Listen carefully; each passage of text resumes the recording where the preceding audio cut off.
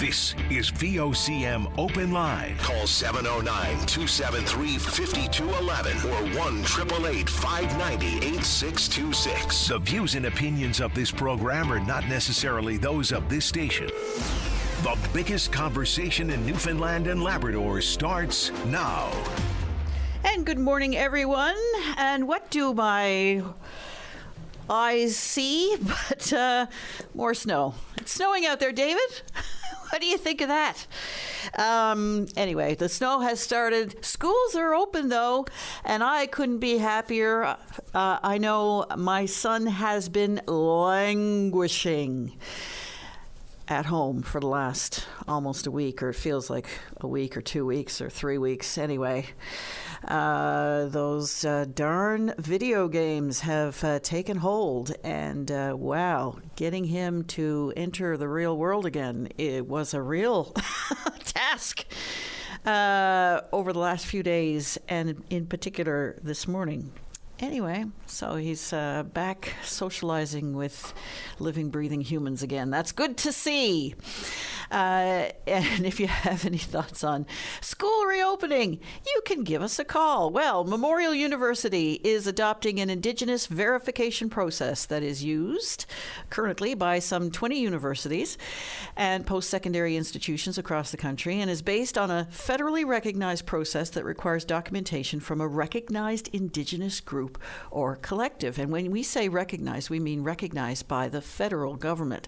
The change is being welcomed by groups like the Innu Nation and the Nunatsiavut government, who have long argued that self-identification is taking benefits and resources away from the very Indigenous people that certain programs and benefits were designed to help. The decision, of course, not sitting well with the Nunatsiavut Community Council, and we just heard from Todd Russell on that. They've been working towards formal Indigenous recognition. The Innu Nation, the Nunatsiavut government, and the Inuit Tapiriit Kanatami have all been very much opposed to formal Indigenous recognition for NCC, which they say or see as a settler group, albeit with some Indigenous ancestry. So NCC says the policy is going to result in real harm to NCC students, and conversations have been had between MUN President Janet Morrison and NCC President Todd Russell on that very matter. Does that change affect you? How is it affecting you? Does it put you at a disadvantage? Are you relieved to see the change? I'd like to know what you think about that. Give us a call. Well, talk about changes. Legislative changes regulating artificial intelligence could be brought in by Ottawa to prevent failures in reporting troubling interactions to police. The news comes after OpenAI admitted that it was aware of disturbing interactions by the Tumbler Ridge shooter months before they killed 9 people. Justice Minister Sean Fraser made the comments yesterday saying the regulations are coming unless OpenAI makes improvements to its protocols without delay. Artificial Intelligence Minister Evan Solomon was clear. He was pretty angry the other day. OpenAI's decision not to flag concerning ChatGPT content by the Tumbler Ridge shooter was a failure that potentially led to a horrific tragedy. My question is, why aren't these companies, whether they be AI or social media, regulated in the first place?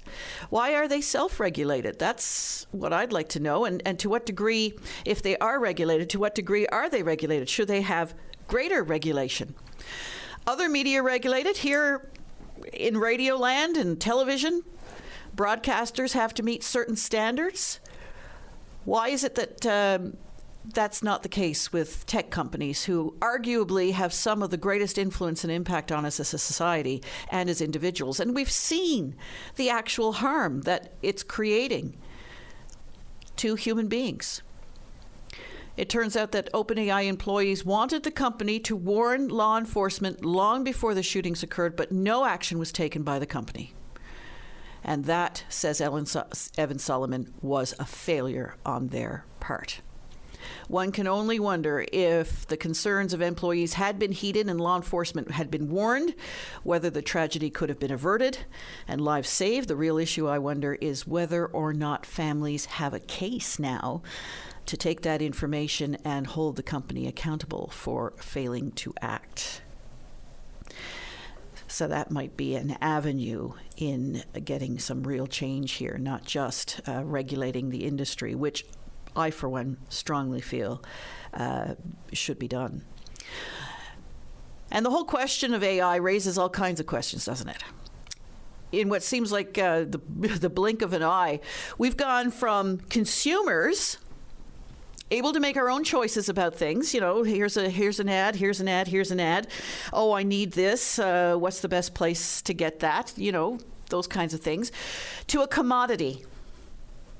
We are now the commodity. And it's our eyes and our keystrokes and our likes that is being monetized. Data, data, data.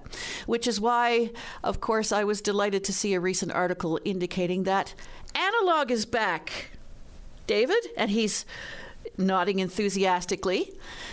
And for some, like myself, it never really left. But as the digital world becomes less reliable and more daunting and impersonal and intrusive, more and more people, including young people, who arguably might be more comfortable with rapidly changing digital technology, are turning increasingly to offline pursuits and pleasures.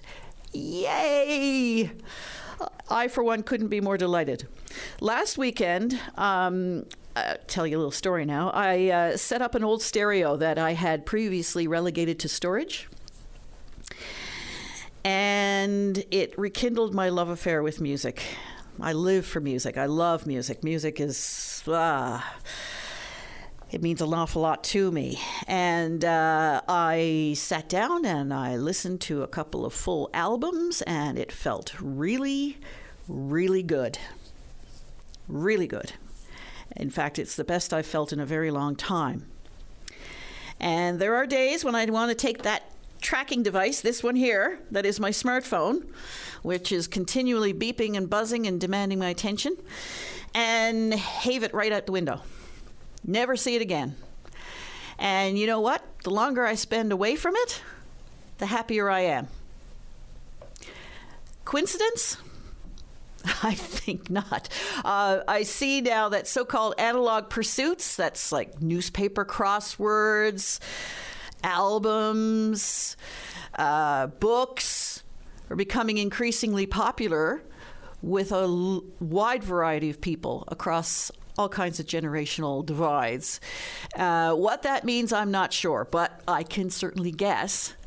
It might have to do with the increasing disquiet and discomfort that many people are feeling about their every movement, their every utterance, their photographs and keystrokes being tracked, and the endless distractions that are keeping us from experiencing life and the world around us, and forming those real life connections, and fostering relationships, and having conversations.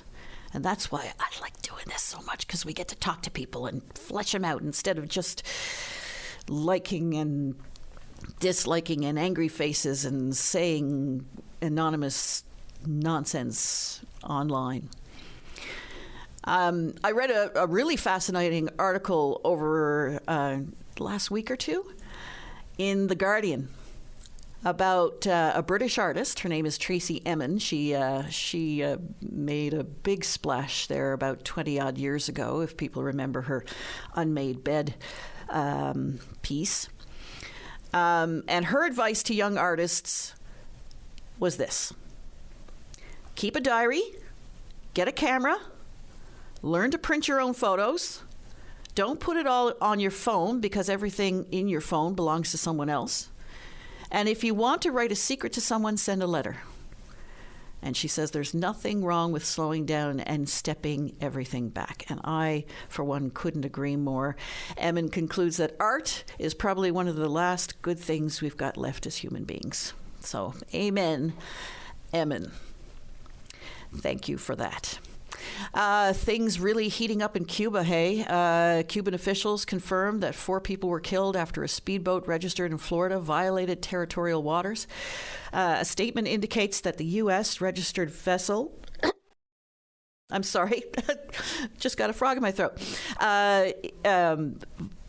A statement indicates that the U.S. registered vessel initiated the firefight about 1 nautical mile northeast of El Pino Channel off the Cuban north coast. It's not yet clear what the boat was doing in Cuban waters or whether any of those killed or wounded were U.S. citizens. That was as of last night. I haven't seen the latest updates on that this morning, but it is extremely worrying. And for anyone who, looking out the window today and says to themselves, that's it, I need a bit of sunshine, I need a bit of vitamin D, your options are starting to narrow quite significantly. Cuba, I think, right now is not on a lot of people's itinerary for a variety of reasons, not the least of which is the pressure the United States is putting on Cuba with these oil blockades and the like, and it's causing all kinds of problems there. An awful lot of Canadians, an awful lot of Newfoundlanders and Labradorians love Cuba, and the Cubans love us. So it's rather sad to see that country going through that right now, and to know that you won't be able to enjoy some of the. Some people will still go there, I suppose, but a lot of people choosing not to do that. And with what happened in Mexico recently, I know there's a lot of people who really love Mexico and love the resorts there. But as we've seen, it's a bit of a volatile situation. And with the pressure that the United States is putting on Mexico to take care of some of its own domestic problems, we've seen these outbreaks of violence and the like, so that's worrisome as well. Have you been contemplating a great escape? And if you are, what kind of options are you looking at? Jamaica, another popular tourist destination, of course, but with the hurricane that went through there and caused all that damage, particularly on the western side of the island. That may not be a possibility for some people, although I believe Jamaica is doing its best to get back up and running. A lot of people going over to places like Spain and Portugal. In fact, so many people are going to Spain in particular that the Spanish are starting to get pretty ticked off with it all because, all the properties are being taken up by Airbnbs. So where do you go if you want to get away? If you have you been contemplating that? If you have, I'd like to hear what you're thinking right now. We are going to take, should we take a short break or should we go to the calls? We'll take a break and then we'll get to the calls. We'd like to hear from you. Anything, by the way, just because I raised it doesn't mean to say that that's what we're going to talk about. Something on your mind. Pick up the phone, give us a call. Now is your opportunity. And we are back. And you may recall yesterday we heard from Brenda Kitchen, and she made us aware of a meeting that was supposed to occur this morning involving Triple Point Resources' proposed Fischl Salt Dome. And they were going to answer a few questions about what that proposal will mean for area fish harvesters and others. Well, Brenda Kitchen sent us a little note, and she says she's been made aware that meeting has been canceled for today. It was supposed to start at 10 o'clock. It's been canceled for today and is being rescheduled. And she says she was also contacted by a member of the FFAW to let her know that the meeting that was supposed to occur today is focused on fish harvesters, but a public meeting is planned for another time. So she just wanted to let everybody know that because she mentioned it yesterday, and apparently there's a bit of interest in that. So she just wanted to let us know. And she says there's a public meeting that's going to be held at the Lions Club in Jeffreys on March 25th. That's going to take place at 6 p.m. So I'm sure Brenda will keep us up to date on all of that. We are going to go now to Bill. You're on the air. Hi, Bill. Yes, hi. You mentioned something about analog. Yeah.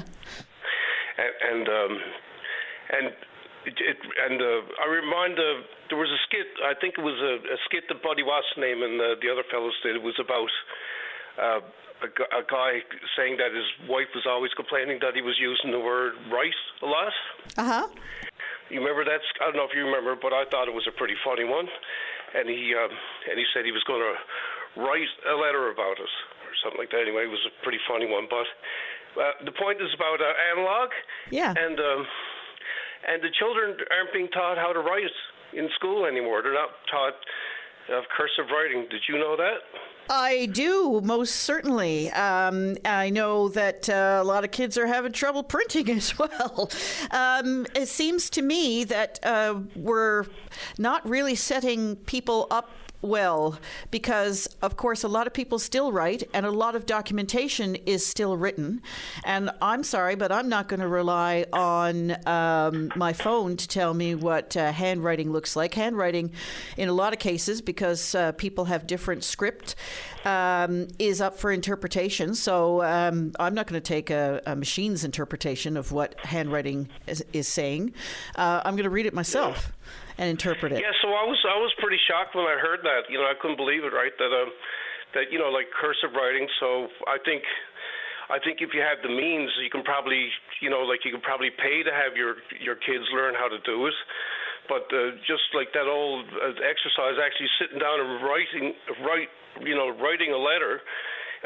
They're not going to be able to do that now. They might be able to print a letter, but you know, I mean, to my mind, printing always took a lot longer to, you know, if you want to communicate something with pen and paper, that writing cursively was a quick way of doing, you know, like before computers and stuff.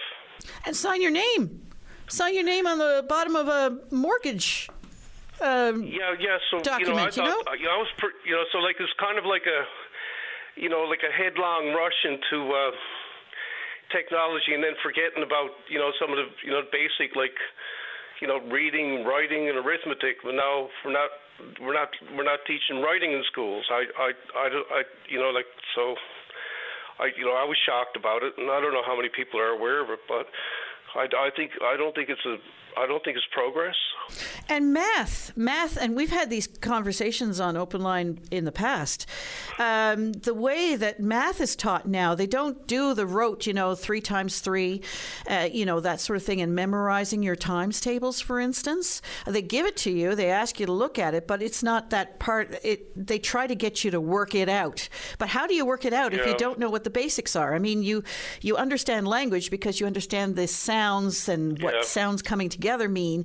Why isn't it the same with math? Now they're teaching math in a way that's entirely complicated, in my opinion. Yeah. Why don't we just get the basics down, and then you can get the rest? Yeah. So I just wanted to focus on the writing thing. You know, the whole idea of not learning cursive writing is, I think it's a mistake. You know, I think it's a skill that's a pretty important thing. You know, be able to do that. Absolutely. And I see a lot of times that somebody will post something online, for instance, that's a handwritten note. And they'll say, does anybody know what this means? Can anybody interpret this for me? My you know, whatever they're using, whatever program they're using or their app, can't tell me what this says, you know? And it's like, it's right there in front of you. You don't know what that means. I don't remember this being a debate in the, I was like, you know, like, so these policies come down from on high kind of thing, and then, you know, the public finds out about it afterwards. I don't remember this being like anyone actually discussing this in the public, like, and say, you know, is this a good thing or a bad thing? It's like, you know, here it is. You know, you kind of learn about it after the fact, and I only learned about it a little while ago that the kids actually don't learn how to write. Yep. No, they don't. And I don't know when that change exactly occurred. Or why. It was just kind of dropped, I think, because for whatever reason they felt there was other priorities. But so these are the things that are just dropped on us. You know, like, you know, we're told, like, okay, we're going to shut down your hospital, and we're going to tear one down, or we're not going to teach our kids how to write anymore. It's like okay, you know, it's like I'd rather if the kids learn how to write. I think it's a good thing. Bill, I appreciate your call this morning. We'll see what others think or have to say about that. Okay, thanks, Tom. All right. Bye-bye. We are going to go to a little direction here now, David. We're going to go to Brian. You're on the air. Hi, Brian. Oh, Howard, nice to speak to you. But I'll start off with saying, now that man with the mathematics, the youngsters don't know how to tell time. Oh, that's another thing. They don't know how to read a clock. They look at their phone and they look at the clock, and they're discombobulated. And another thing I'd like to say, I miss Paddy Daly. Do you? Paddy Daly is a good man, good. Paddy, if you're listening, all the best wherever you're going to. He's a good man. I won't take that as any reflection on me, certainly. No, my God, Linda. No. Now, the thing, what I called about, I can't get a hold of CRA. Okay.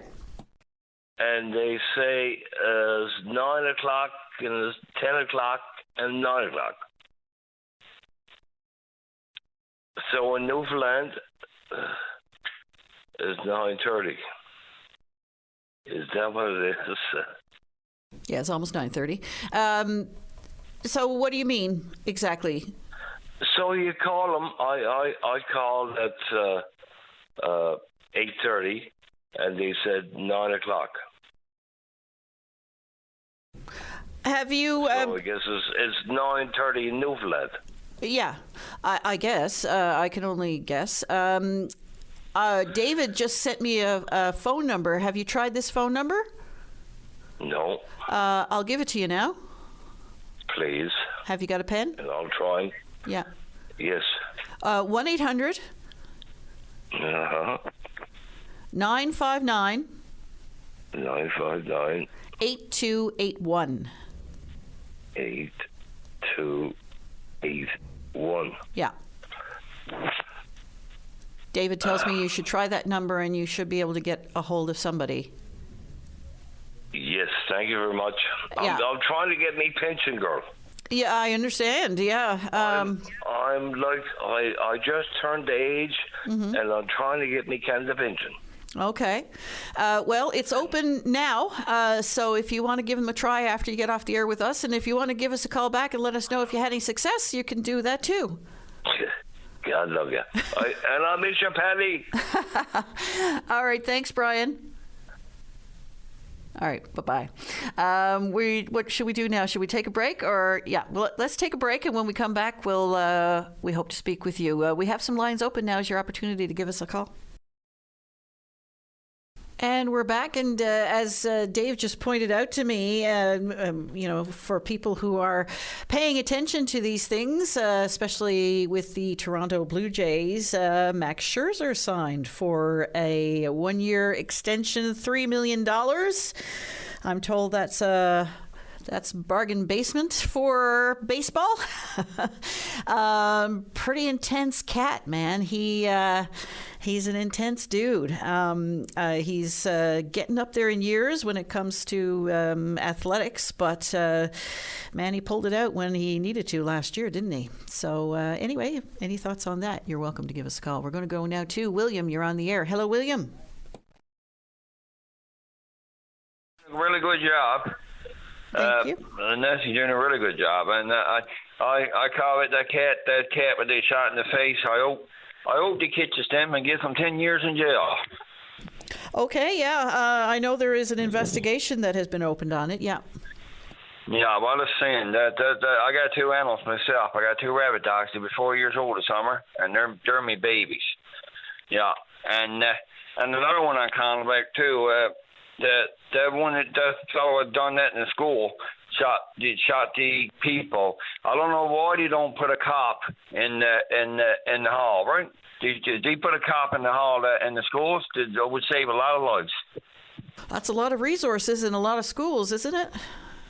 Yes, yeah, but if they put a cop, they're too cheap. If they put a cop in the school, imagine the lives it would save, right? Well, I know, particularly in the United States, where unfortunately these things happen all too frequently, there are a number of different security measures that are put in place in certain schools. You know, you have to go through there are security guards there, and you have to go through, metal detectors and all of that sort of stuff, right? Yeah. And some of those measures have been put in place in Canada as well, depending on the circumstances and where they happen to be. But yeah, pretty horrifying thing. Yes, that's what he needs to do. He needs to put a cop there by the door outside, or a cop in the hall. That would save a lot of lives, man. Because Buddy wouldn't get to shoot then, right? To get Buddy before he can get into school, right? And I come at the church there. They ain't get the church in their mouth sometimes. I don't know what they're waiting for. I tried to stop it, but I couldn't stop it. Buddy, they got the contract. I don't know what they're waiting for. They ain't got in touch yet. They must wait until the winter's over. Back up for a moment now for anyone who doesn't happen to know. So the church in Harbour Mill is going to be torn down. Is that correct? Yes, yeah. They're going to tear it down. I tried to buy it, but Buddy said he couldn't sell it because the contract's already gone through, and I called E and couldn't get over to him. And they ain't got in touch yet. They must have waited until the winter's over. You mean they haven't torn it down yet? Yes, yeah, they didn't touch it. Well, I know that there's a movement afoot, especially in the community and surrounding community, for people who want to, keep that landmark, intact. Yep. So what's the idea there? Is it in disrepair or? Yeah, well, the tower's so I can come off the tower, but they could have cut money or something and got that fixed, right? But I would have, if they would have sold to me, I would have got somebody to fix it, right? But that church is over 100 years old, and I used to go to that church when I was small. I used to go all the time. We had to go, right? Because we had strict parents, not like today. You had to do what your father said, right? So you're intimately familiar with the church building, and this means something to you. Yes, it do. It means a lot, because I used to go to church every Sunday. Dad used to make us go, right? And I used to enjoy it. To tell you the truth, I used to enjoy going to church, and listen to the minister preaching. How long has it been closed? It's been closed now a couple of years. Okay. Yeah. And was it an active church until then? Yeah, well, wasn't many people going, right? Yeah. Wasn't many people going in that, so I went down, I suppose, right? And because you ain't got many people in Arab Mill, right? There's a lot of people kind of in Arab Mill, right? Mm. Yeah. Yeah, and unfortunately, we're seeing that sort of thing. Very intrinsic parts of communities like that sort of going by the wayside because population is going down and attitudes change and all those kinds of things. And so it's kind of just evaporating in front of us. Yeah. Yes, it is. Yeah. I mean, there might be 50 families down there. Yeah. Wow, It might be. Or 50 people or something. It's gone down a lot, but it's my summer home, right? I got a summer home down there. I go down in summertime, right?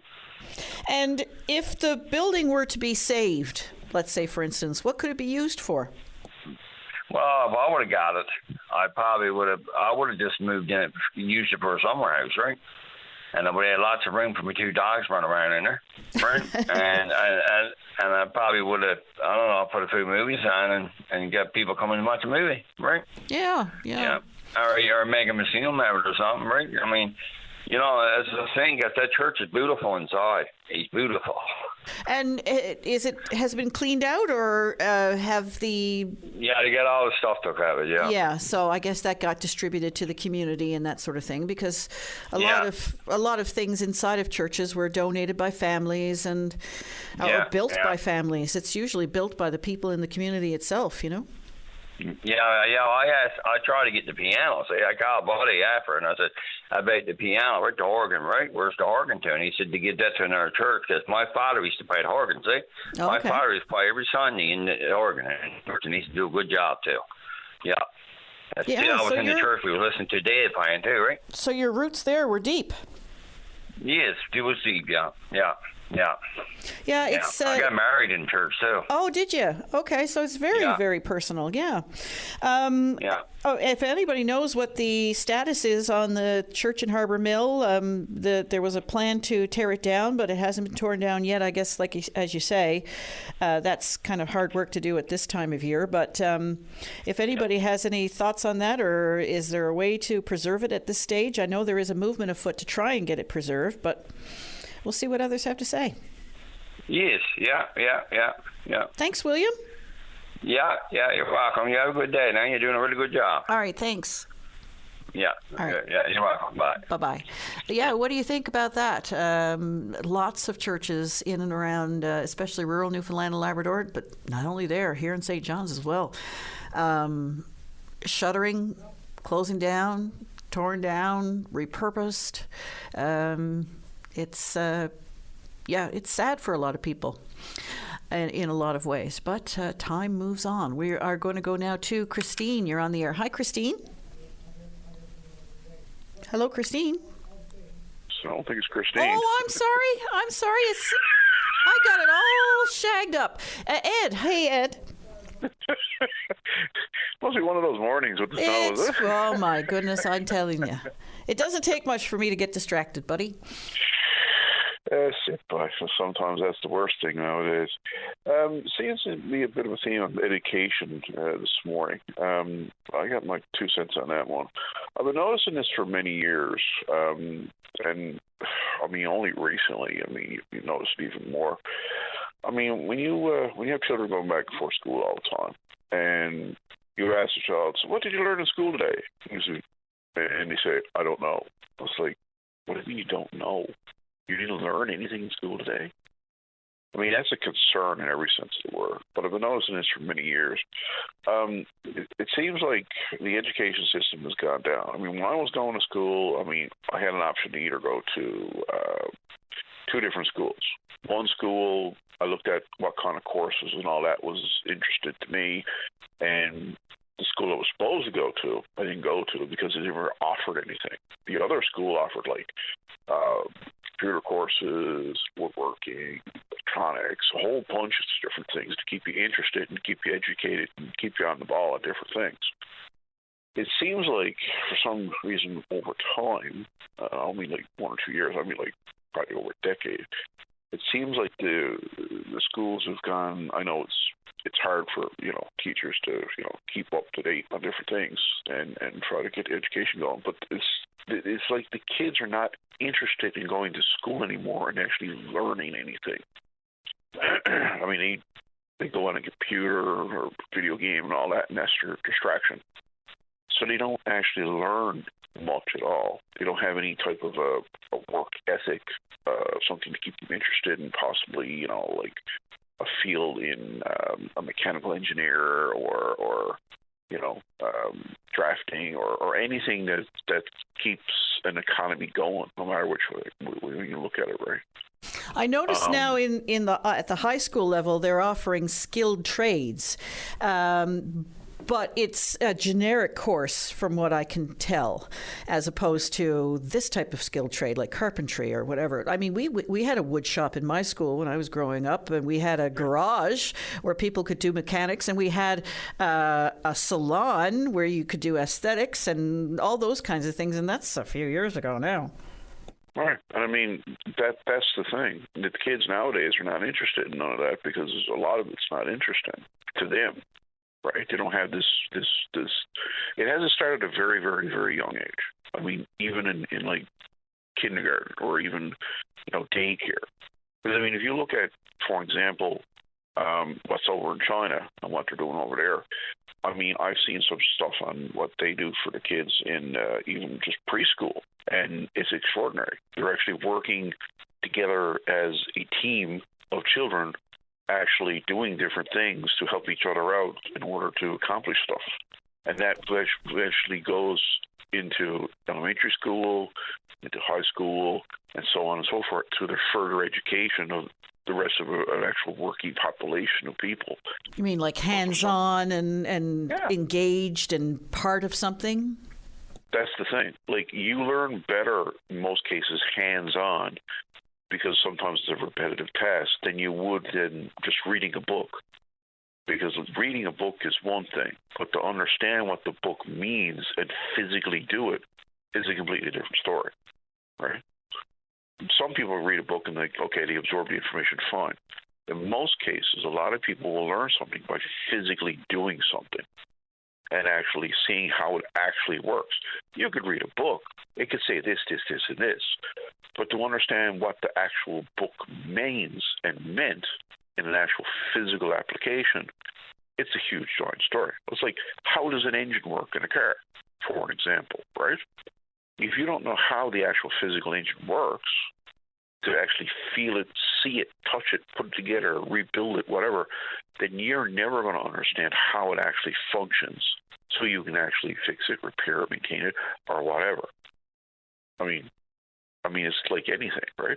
And those are the jobs of the future, really. Anything that is labor oriented is really, in my opinion anyway, where things are going, because AI is going to practically take care of everything else.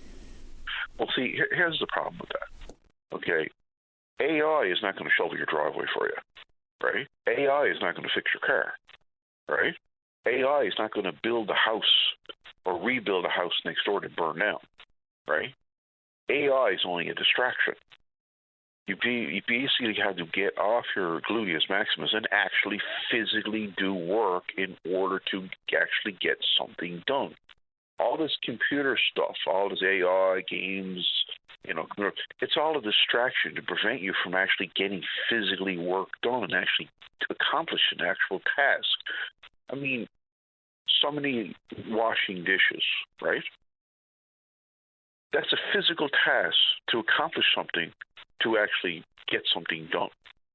To sit down on a video game or your phone, you play lotto stuff on your phone or games and stuff like that, it's not getting anything done in your household or in your workplace. It's only to distract you, right?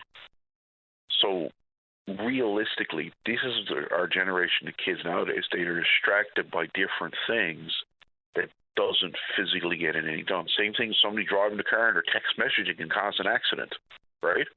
You're getting from point A to point B in a safe location, right? Driving a vehicle.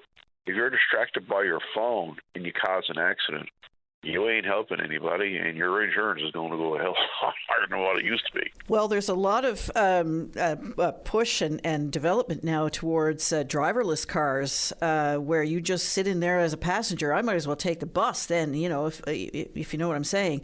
The joy in driving is actually engaging in the driving process. Well, I mean, I've actually seen stuff itself, of course, on the internet, stuff like that you are in a driverless car. It's driving you from point A to point B, okay? You're forgetting where you're to, and all of a sudden the thing stops in the middle of the road and doesn't go anywhere. What do you do, right? Most people would have to physically get out of the vehicle and start walking, because the computer system in the car probably went berserky, or there's something in front of the vehicle that it won't go any further. I mean, again, it's a distraction, right? If you're driving the vehicle, then you're in control of that vehicle. If the vehicle's in control of you, you got a bit of an issue, especially if something software related or mechanical wise has gone wrong with that particular vehicle, right? Who's going to come and fix it? It's certainly not going to be the person in the back seat, unless the person's actual physical mechanic and got parts, tools, and everything with them. That's probably a little impossible. In most cases, it's one hell of a lucky thing to do it. But either way, we're too distracted by electronic equipment, gadgets, and stuff that's not getting anything done in our education system, in physical life, and all that. Right? You got to put the phone down, you got to put the computer down, you got to put the electronics down, and start focusing on tasks that physically need to get done in order to get something done. Other than that, nothing's going to get done. Our poor students and our future generations are just going to start going downhill until they start getting educated from a young age up to an older age of how you physically do something to fix, maintain, even going out and shovel a driveway, right? What are the kids doing? Most of the kids are out playing in it, fine. Some older kids are just sitting home playing video games, while they could go out with a shovel net and help out an elderly person or couple to get their driveway shoveled out and earn a few bucks. There you go. Possibly, right?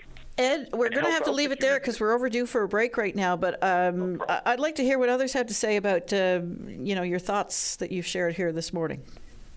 Yeah. Well, appreciate your time. You're welcome. Thank you. Bye-bye. Bye. Should we be getting kids more engaged and more involved in actually doing as opposed to absorbing or relaxing? I don't know how to put it.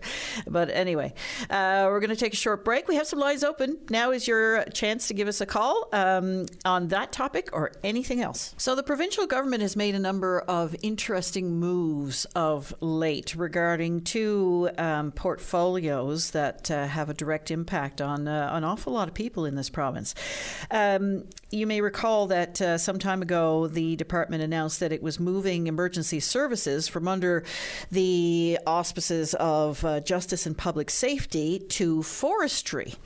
And most recently, in the last couple of days, they've moved women and gender equality, which was once a standalone department, but was under the Minister of Justice and Public Safety, Helen Conway Ottenheimer, and they've moved that under the purview of Leila Evans, who happens to be the health minister, and she is also responsible for a number of other portfolios. So that has raised some questions and concerns, particularly from the opposition parties.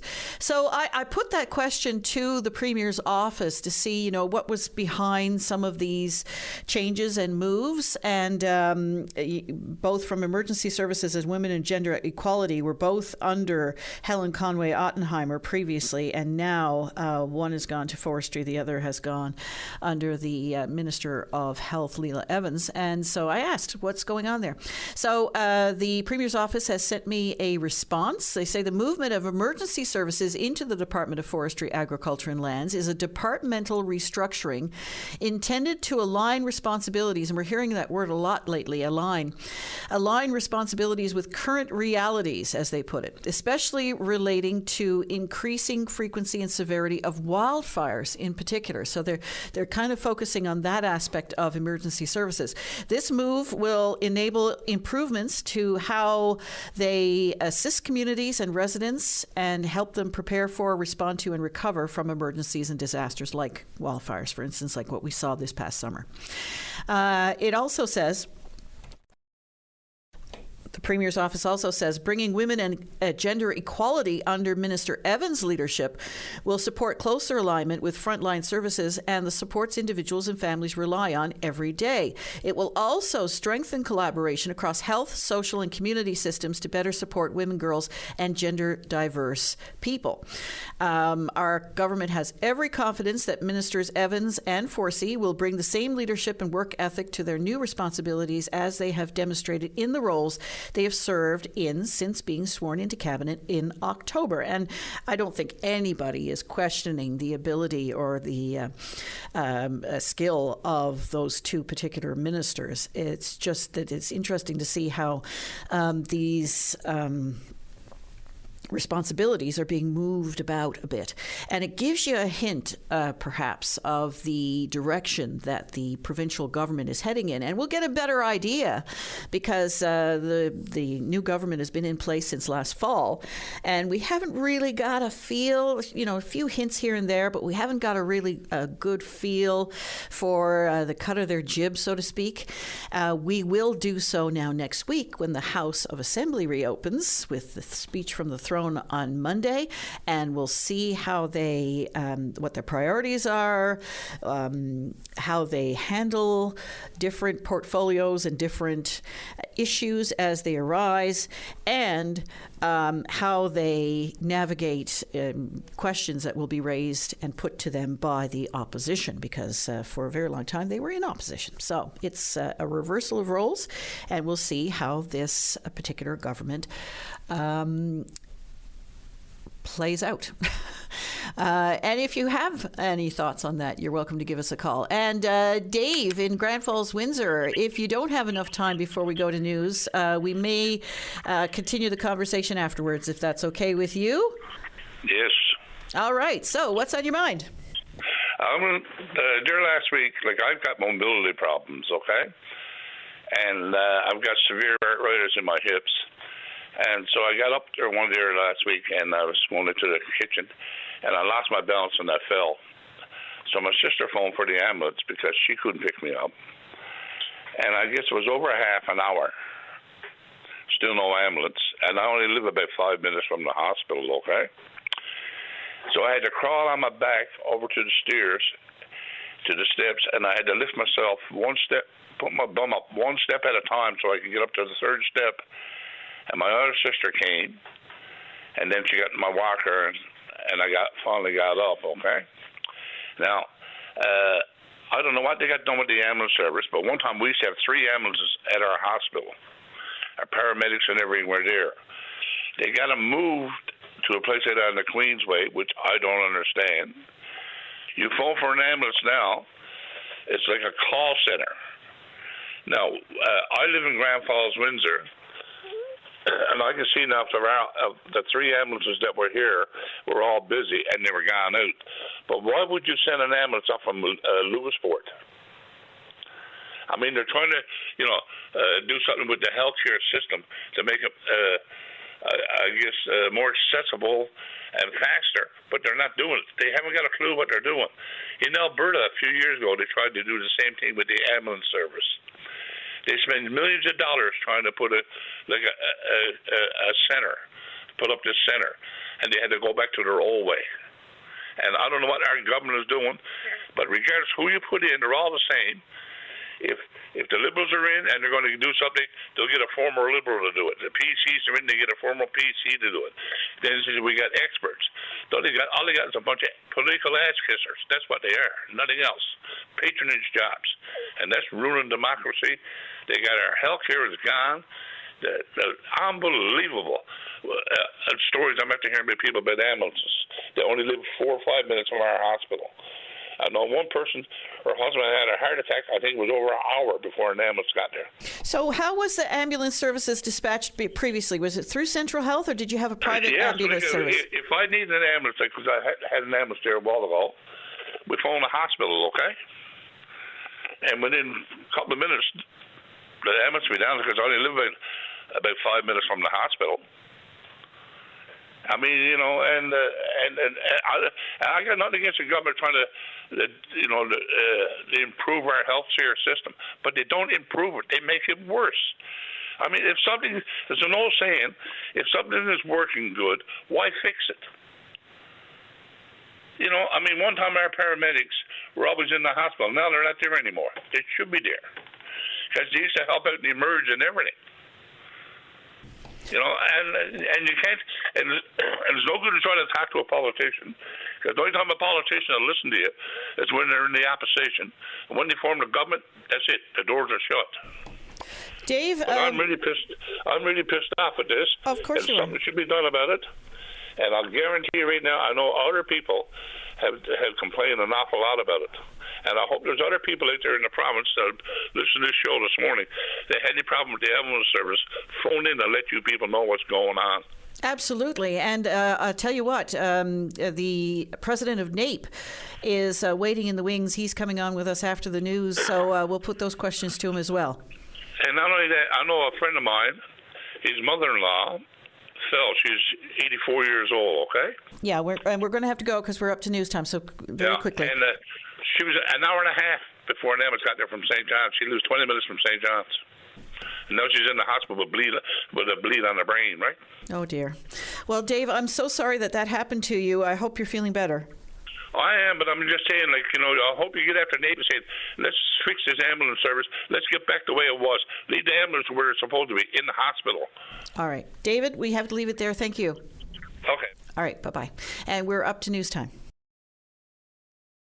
And the Auditor General, Denise Hanrahan, is going to be delivering her financial statements to the House of Assembly. Delivering a report on the province's 2025 financial statements to the House of Assembly today. And she's called a news conference for this afternoon, 2, 3 o'clock, something like that. So we will be there and we'll give you information on that. Always interesting information revealed by the Auditor General. We're going to go now to the President of NAPE, Mr. Jerry Earle. Hello. Good morning. How are you? Good. So, collective bargaining about to get underway, or is now officially underway, I guess. But before we get into that conversation, I wanted to ask you what Dave Barker raised earlier today about the ambulance service and the amalgamation, the centralization, if you will, of ambulance services in Newfoundland and Labrador. He's in Grand Falls, Windsor. He had to wait a half hour for an ambulance. And as he put it, he had to go through this whole switchboard process in order to get that ambulance to come. Have you been hearing any issues or problems since the big changes? There are certainly issues that have been brought forward that we hear from the frontline paramedics themselves. This is the amalgamation of what was a very fragmented system before. I think it was 26 or 27 private operators, and then previously 4 legacy health authorities that were kind of all operating independently. So there are certainly issues in centralizing this, where they strategically locate resources and even properly resourcing.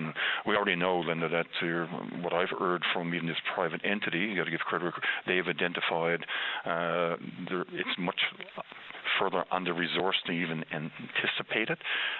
So finding the additional resource to put into place, what I'm hearing, some of the infrastructure they took over is less than desirable. There is, I think, 70-odd ambulance bases across the province, many of them probably housed in healthcare facilities, but actually the majority are not housed in hospitals, because I've heard some comments about people, ambulances that were normally in a hospital base. The vast majority of the province, actually, ambulances were never attached to a hospital. In places like Grand Falls, Gander, the Health Science Complex in St. John's, they were. Like, for example, St. Clair's don't have an ambulance. People see ambulances there, but they don't actually have ambulances. So there is a lot of growing pains here. I think it may even be a surprise to the company that's managing this, like the infrastructure, the resources, the actual physical ambulance units that need to be replaced. I'm hearing they're short about 100 personnel, so you can imagine that's a significant number. And then at the hospitals itself, where we've been hearing, and unfortunately become so routine, as I've talked about, like these offload delays, or an ambulance from Grand Falls may do a transfer into Gander or to St. John's, and they get caught here. That means that Grand Falls is down a unit, so they may wait for an ambulance to come in from Springdale to respond to a call, because that's what will happen in an ambulance for another area, or it could be coming in from Lewisport or Botwood. So then it removes that ambulance from that community. So the ripple effect there, I think we're not going to see the ambulance system that Newfoundland Labrador deserves until the infrastructure in place. And what I'm hearing is even changes in government and changes in leadership in NLHS delays all of this. It should not. I think the last 4 years, I think we've seen 4 ministers of health, 4 or 5 different CEOs. So all of this impacts, and it's having an impact on emergency medical services. And again, the timelines, we don't even know the actual timelines of the contract. Funny enough, Linda, because yesterday we've been asking for, we went as far as writing the Premier asking for a copy of the actual contract that was negotiated. We've had to ATIP it, and we got notification yesterday, a further 60-day delay in getting our hands on a copy of this contract that was negotiated about the EMS in the province. So why would it take so long? That's a good question, because that's what I asked our staff yesterday.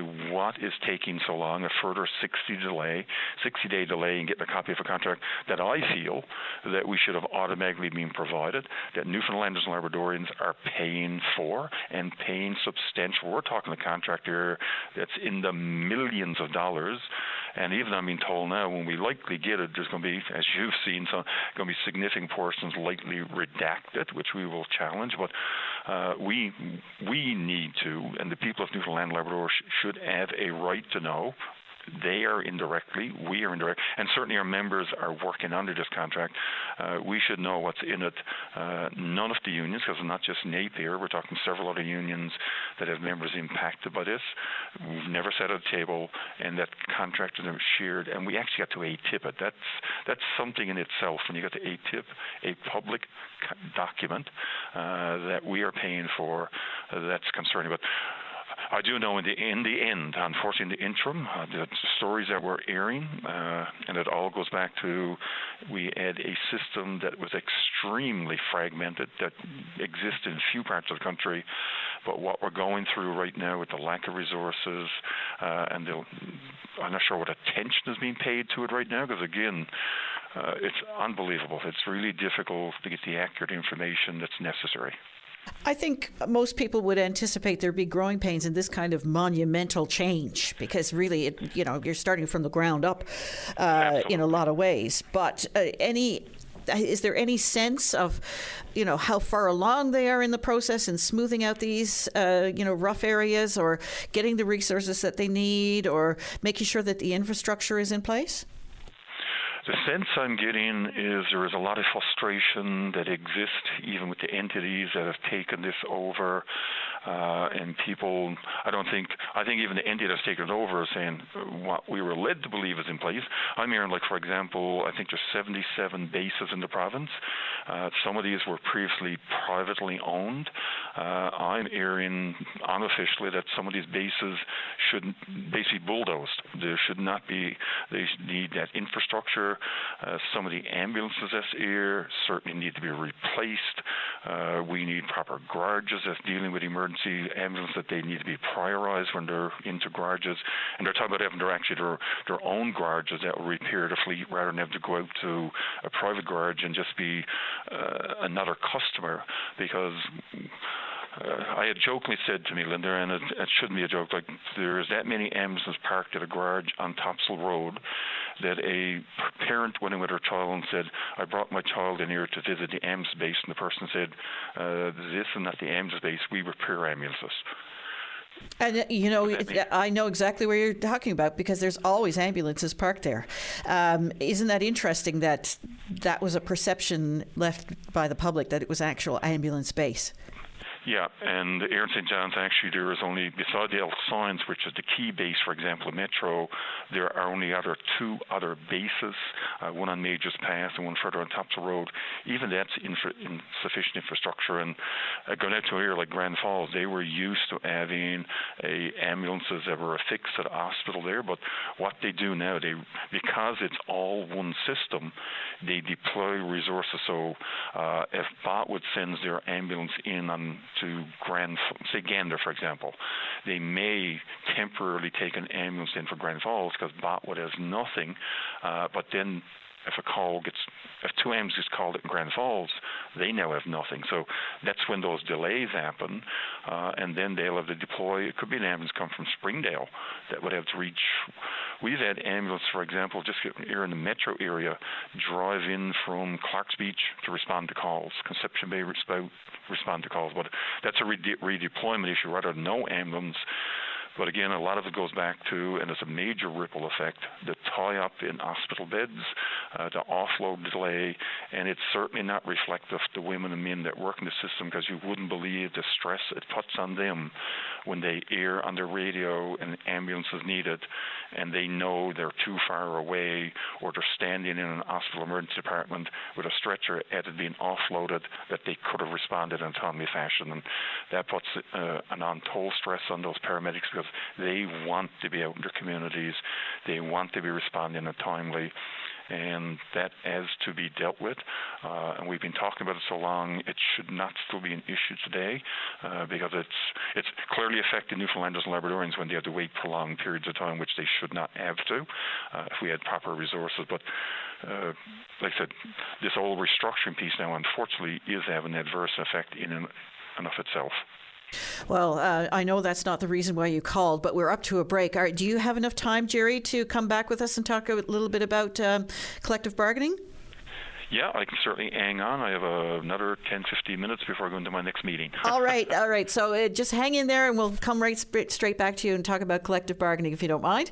I'll put you back on hold, and we are going to take a short break. Before the break, we were speaking with NAPE President Jerry Earle about the amalgamated ambulance system and some of the very real issues being faced since that has come together into one system. But the union has also served notice to the provincial government in recent days of to set the stage for the beginning of collective bargaining. And Jerry, what's involved in this? Collective bargaining is an extremely challenging and complicated process. Most people, I don't think, understand just what is involved, especially when we're talking public sector, because we're actually addressing bargaining directly with government and a number of what we call agency boards and commissions. That could be Newfoundland and Labrador Health Services, that could be the College of North Atlantic, that is MUN. So there's a number of entities, and they're all involved at a bargaining table. So we have been doing a lot of prep work since last fall, and then we do a very open consultative process with our membership, and we have what we call component conventions where members elect their own negotiating teams, which are made up of their peers, because people often say, well, NAPE negotiate this, but what it is when NAPE is negotiating, it's frontline members that sit at a bargaining table along with an experienced negotiator and sit face-to-face with, in this case, representatives of Treasury Board. So when we go in for our health professional bargaining unit, for example, we would sit with a negotiator from Treasury Board, and they will have representatives from Newfoundland and Labrador Health Services, likely from across different parts of the province. And I have to say, rarely do you go to a bargaining table where an employer will come in with a package and say, we heard all your concerns and here's what you need to fix it. That is pretty rare for an employer. So bargaining is a very arduous process, and it's dictated by legislation. So it's not like the rules is made up as you go. Like right now, what you just mentioned, us required to give notice prior to midnight on February the 28th. Either NAPE for the collective agreements expiring March 31st had to provide notice, or the employer would provide a notice to us. This is not where you can say, I'm not going to do it. Legislation actually requires the party. So in the case of health professionals, for example, health services, lab and x-ray and group homes, which are healthcare bargaining units, we would have been required actually to provide notice. I would imagine, you said this is a pretty arduous process, and I can only imagine now with so many so many bargaining units involved. But I would imagine that in some cases it's relatively routine. You know how it's going to play out, and you know how to react, and the back and forth and all of that. And in other cases, there are a lot of issues that come up between the two sets of bargaining periods, if you know what I mean, that have suddenly cropped up that needed to be addressed and are very different and add a lot more to the negotiation, if you know what I'm trying to say. No, absolutely. Do you have a lot of that kind of thing? Yeah, and it's amazing how things change. And I've been in this position now, I'm going into my 11th year. I remember when I first took office, we were getting into bargaining, and the mindset then was to try to prevent layoffs. And if you remember the budgets of 2016, we were actually in budget announcements getting 650, 850 members announced. Now we're getting into bargaining where we have insufficient numbers of staff to do work. So now we're getting into bargaining trying to say, how can we keep the staff that we have? How can we do things to retain and fill the positions? Like we know, for example, there's a shortage of social workers. We know there's a shortage of people in lab and x-ray. We know there's a shortage of student assistants. We know there's a shortage of correctional. So we're not going in now around job protection.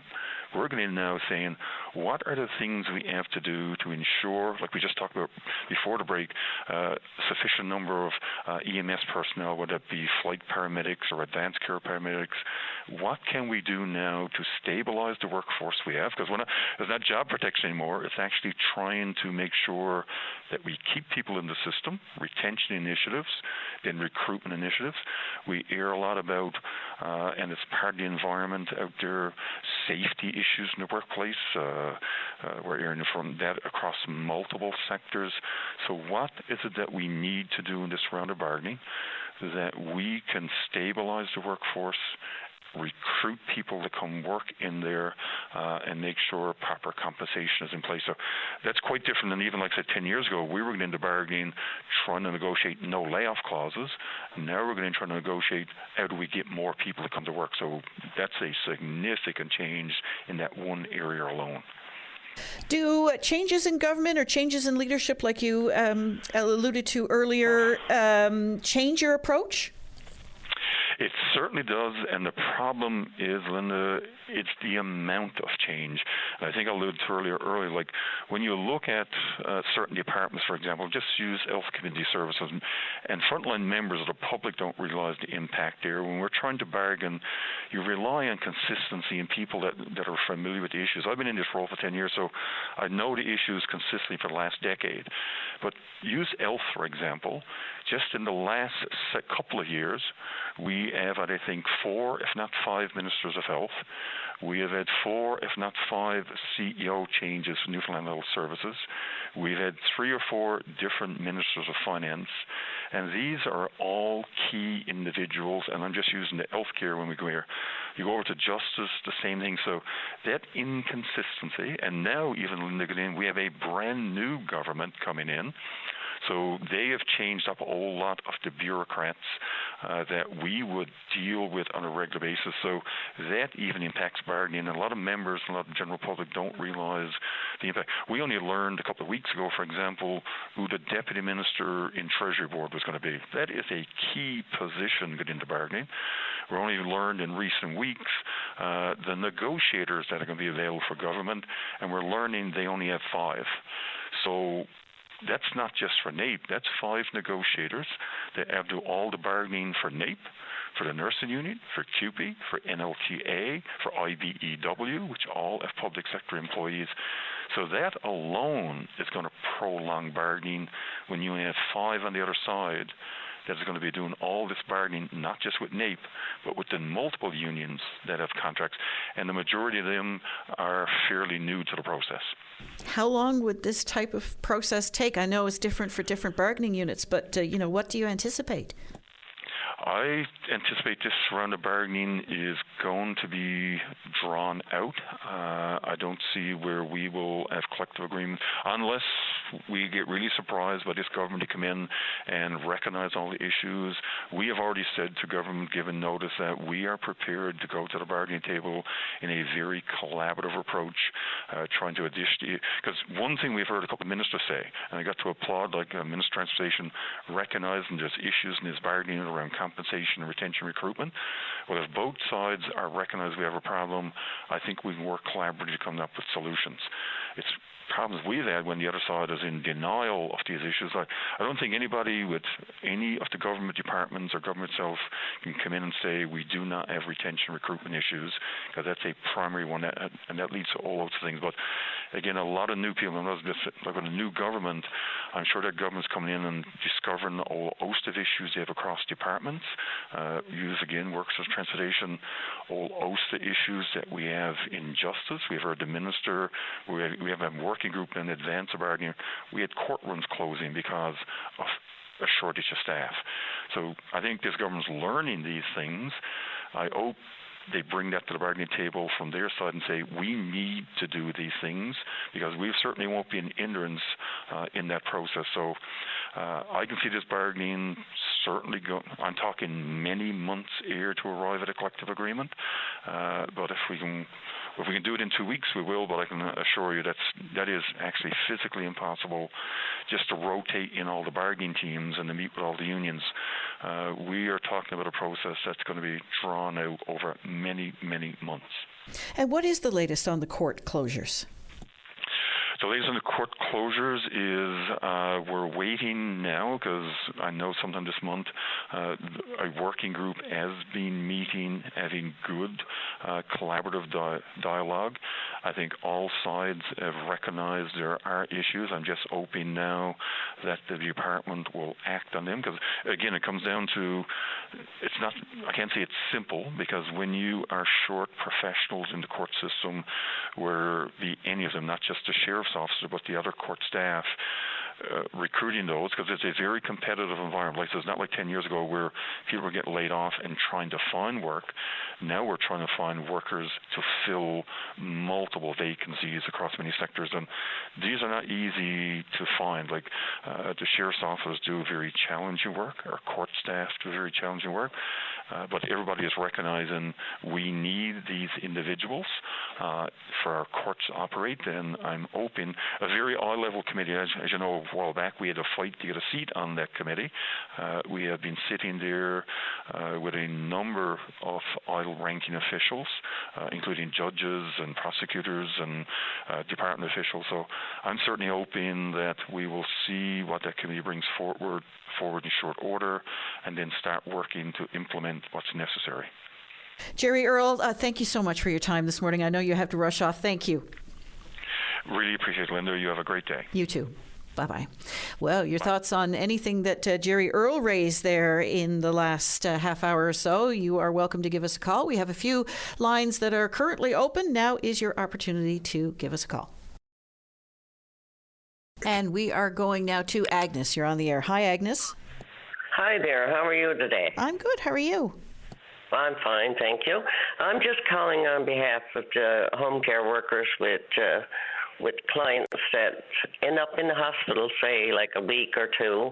Why can't they work into the hospital with their clients, keep them familiarized with, with their workers, right? Instead of having them stay off work and then go in the hospital, haven't got the time to take proper care of the clients that's in the hospital.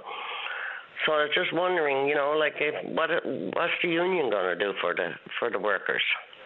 So you're talking about home care workers taking care of somebody in their own home, and they for one reason or other end up in the hospital, and you suggest that those home care workers then follow up that care. Should be allowed to go to work in the hospital with them.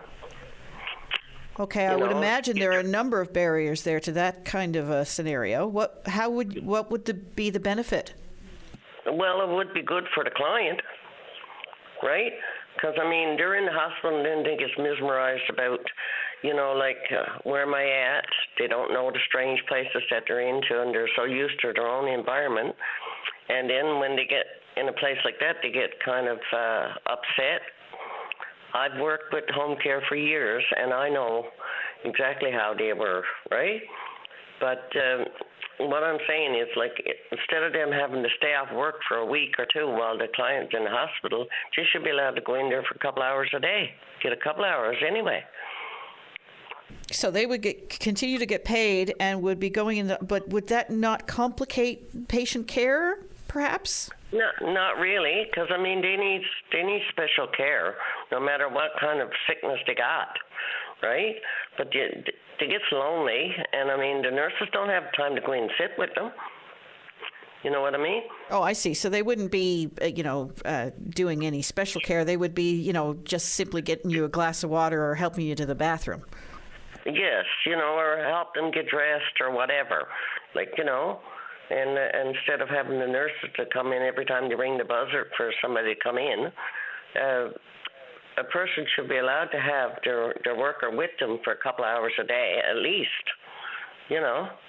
Yeah, I see what you're saying, and that would take, theoretically, I would imagine, it would take some pressure off of the healthcare staff in the hospital. And nurses assistants, right, and the hospital. That's what I'm talking about, because, the thing is, it's a sin, because a lot of people go in the hospital and they don't see anybody.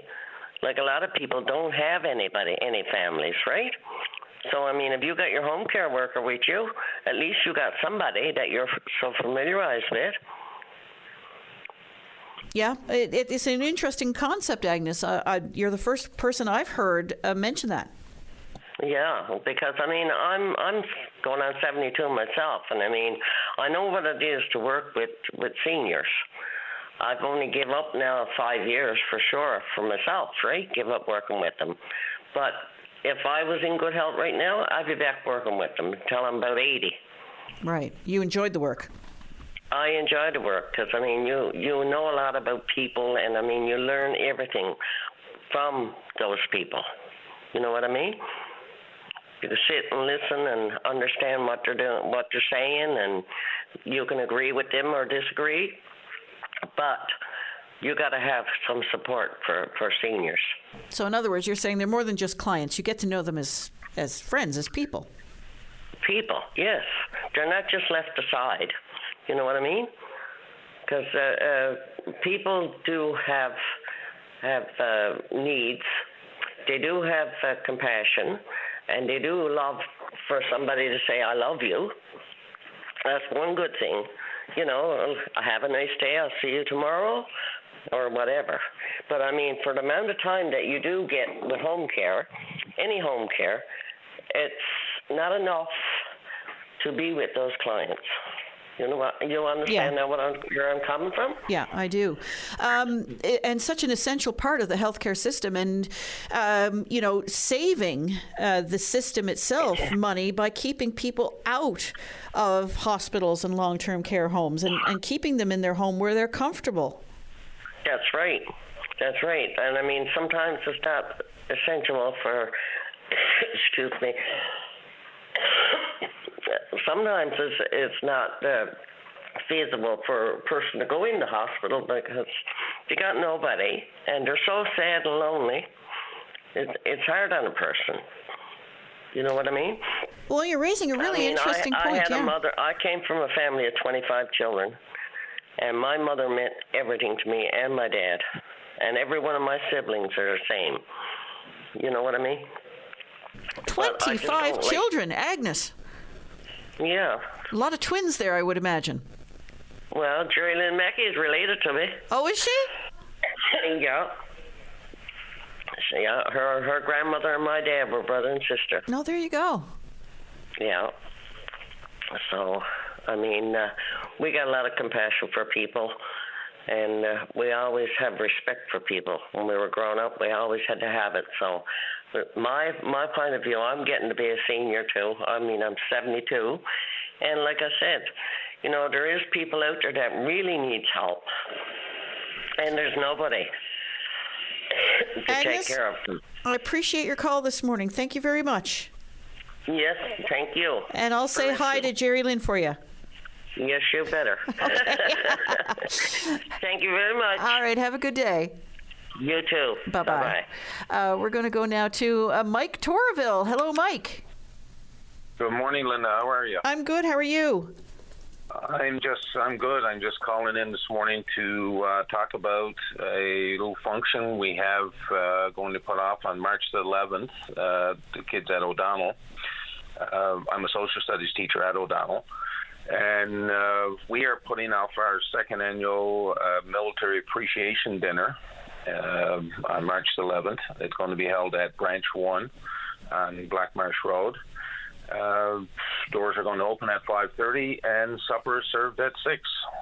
And this is something we started last year. I've always been involved with the Remembrance Day ceremonies and a few other things with the Legion, and this is something I wanted to do, and then the kids jumped on board last year when I moved to O'Donnell, and last year was our first one, and we had 220 military personnel and their wives.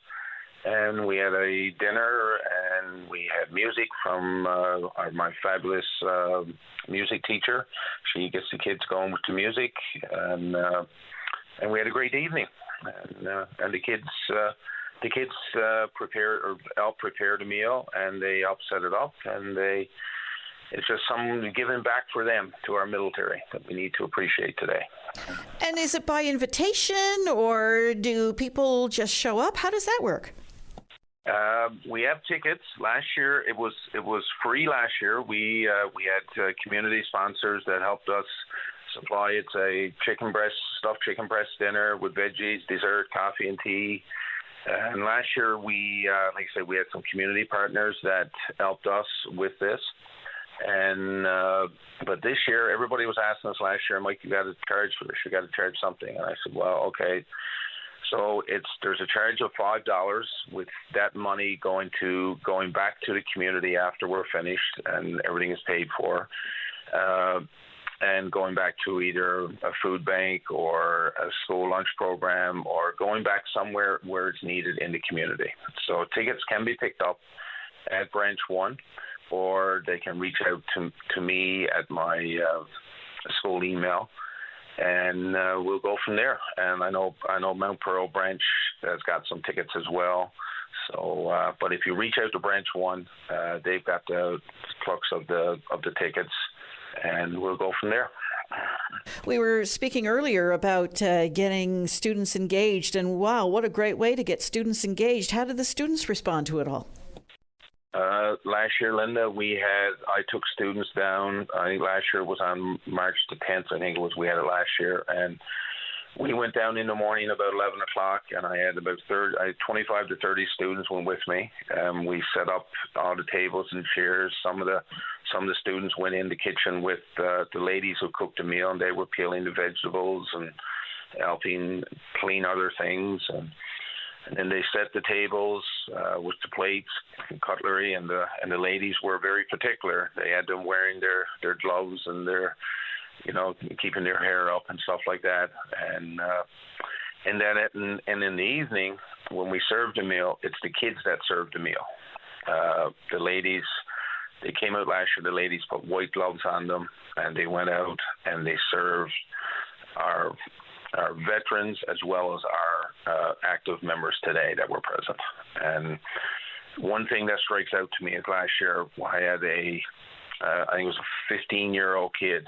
He was in grade 10, and he served a meal to an 86-year-old veteran. And there's nothing, you can't get that from a book. And that kid always talks about that to me, and it's amazing. And we have some kids that took part last year are coming out now, sir, I want to be a part of it again this year. And it's just an amazing evening. And I have to thank my administration for allowing us to do this. And my music teacher, Susan Alexander, she's been amazing helping me get this going with the music and that. We have a young fellow, he graduated last year. He sang at the dinner last year, and he came out a couple of weeks ago and he said, sir, I'm coming again to sing again this year. So it's like, hopefully it's something we can continue for years to come. How does it feel to know you're resonating? I've been at this now almost 30 years, Linda, and it gives you the energy to keep going, put it that way. And it's just giving back, and if we can't give back to our military, then that's, it's just showing that little bit of appreciation. So I know we've been in last 2 weeks with the snow and everything else, and we do have a few tickets left. So if anybody's really is interested in going, please reach out to Branch 1, and it's going ahead on March the 11th. And hopefully we don't have no more snow. That's all I'm going to say. Fingers crossed. But it's good to see the kids doing it, Linda, and they really love doing it. And I got to thank our community sponsors as well. I mean, we've had people come forward, and it's like, this was, like you say, it was free last year, and basically it's free. I mean, $5. It's and it's so it's going all back to the community. It's just showing them how to give back and how to appreciate the freedoms that they have, because we need to keep remembering this, and so that's where we're going with this. Absolutely, and we can see just how quickly they can be eroded. Mike, thank you for this, and good luck with it. Yeah, and that's so.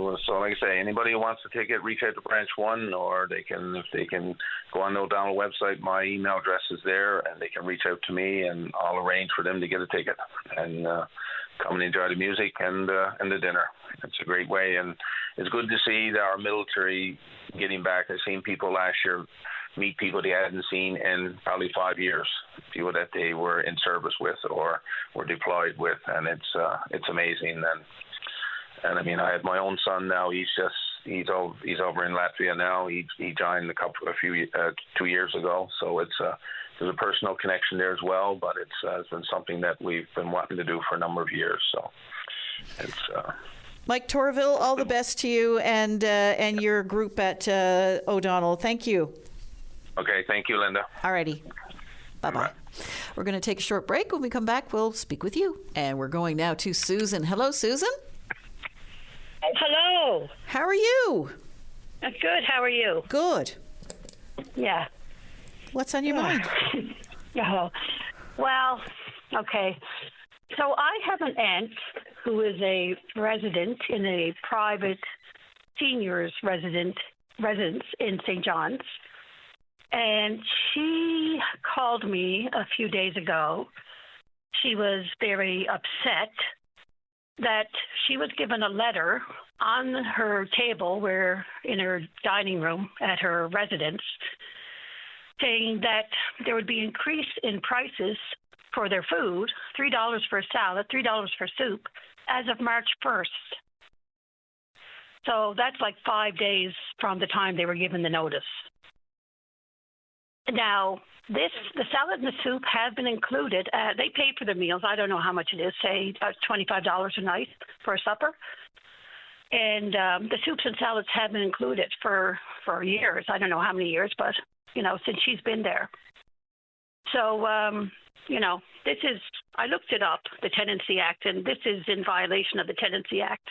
It's illegal. So I'm a little upset, as is she, about this. So you say the residents of this home pay for their own meals as opposed to coming out of the whatever it is they pay the home to stay there? Yeah, they pay for the meals. They choose which meals they get and pay for. Like you can get breakfast, lunch, or supper, or any combination, and you pay for whatever meals you get, and you pay ahead of time, like to get with your rent. I see, yeah. So that's an added cost on top of the rent. And now the meals are being broken down a bit, and they got to pay more again. Right on. And some people, I don't, she only gets supper, but she could get lunch. And I don't know, probably soup or salad would be, I don't really know about the lunch. I'm just saying, anytime they get soup or salad, it's $3 more each. Right. And so, of course, she's not budgeting for that because she's on a fixed income. Correct. And what could that add to her monthly bill? Well, I guess the tops would be like $186 if she chose to get soup and salad at every supper, and there's 31 days in a month, right? Yeah, that's nothing to sniff at. Not a lot of people have that sitting around in their back pocket waiting to be spent. Exactly. So are you aware of this kind of practice being implemented in any other seniors' residence?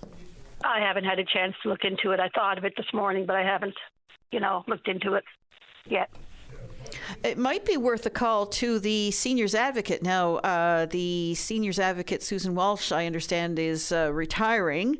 So there'll be somebody taking over there soon, if they haven't already. That might be worth a call, but I'd like to hear what others' experiences are out there. I do know that, there's a cost to everything, isn't there? And the cost of absolutely everything has gone up, and I understand. I sympathize with the fact that food and the elements of food are very expensive these days.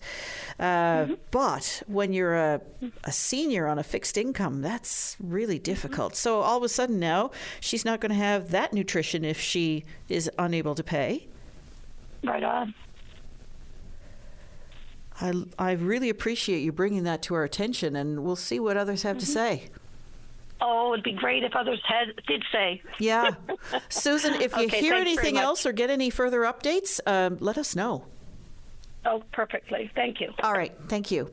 Okay. We're up. Bye-bye. We're up to news time now. But what's your experience or the experience of your loved one? Give us a call.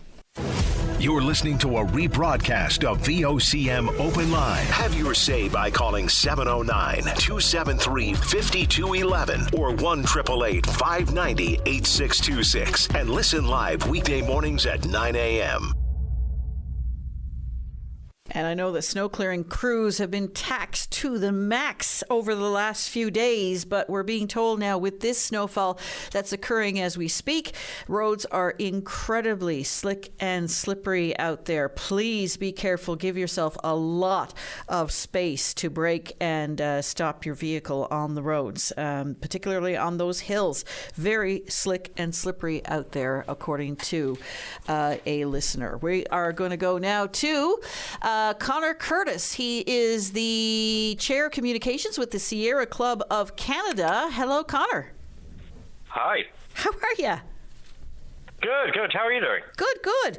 You have a new poll out.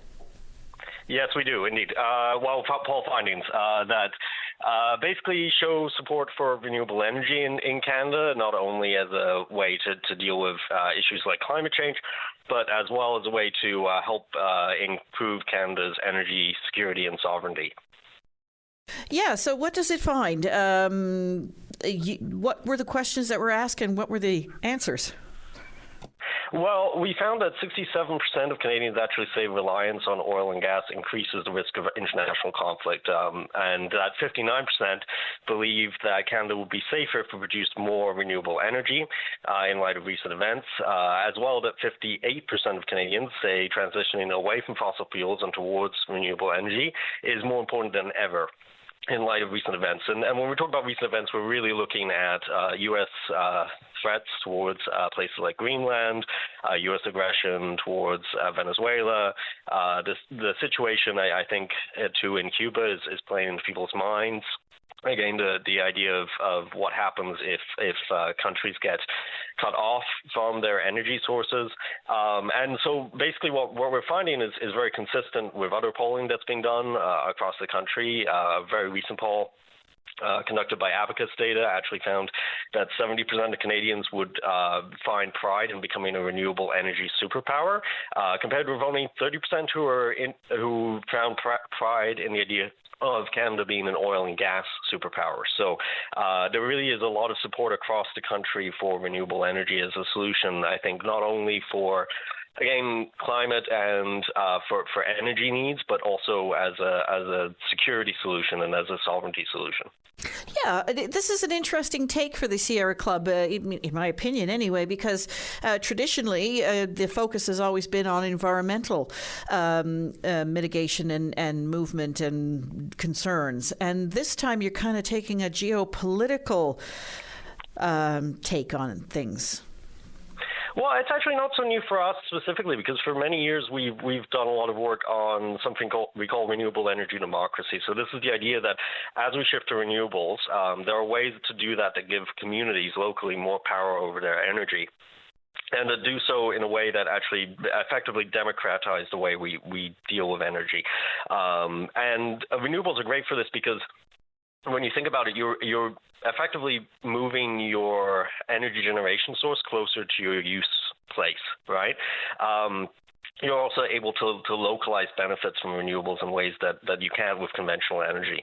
So with those sorts of things, especially over the past year, we've actually done a lot of work and research into how does this tie into our conversations about sovereignty in Canada? How can we use renewables to improve that? How can we use renewables to, again, give communities more control and more power over their energy sources, and also make them more resilient, because we are finding as well that when we tie renewables into improved grids, better battery storage, they're a more resilient form of energy that can withstand, for instance, in international price shocks that affect things like oil and gas.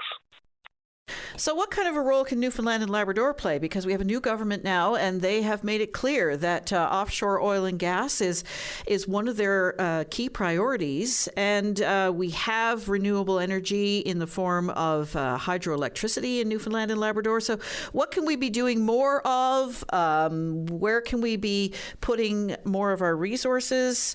And what can we be drawing from? Well, obviously there's a tremendous offshore wind potential in Newfoundland and Labrador. The question there is to do development in a way that really works with communities, to look at things like grid interties to other parts of Canada, potentially even further afield. There's been some research on that. to look at all the different ways in which we can begin building up renewables on a local level. And I think one thing that gets lost in Canada is that we tend to focus on the sort of mega project aspect of renewables, so, massive wind farms, things like that.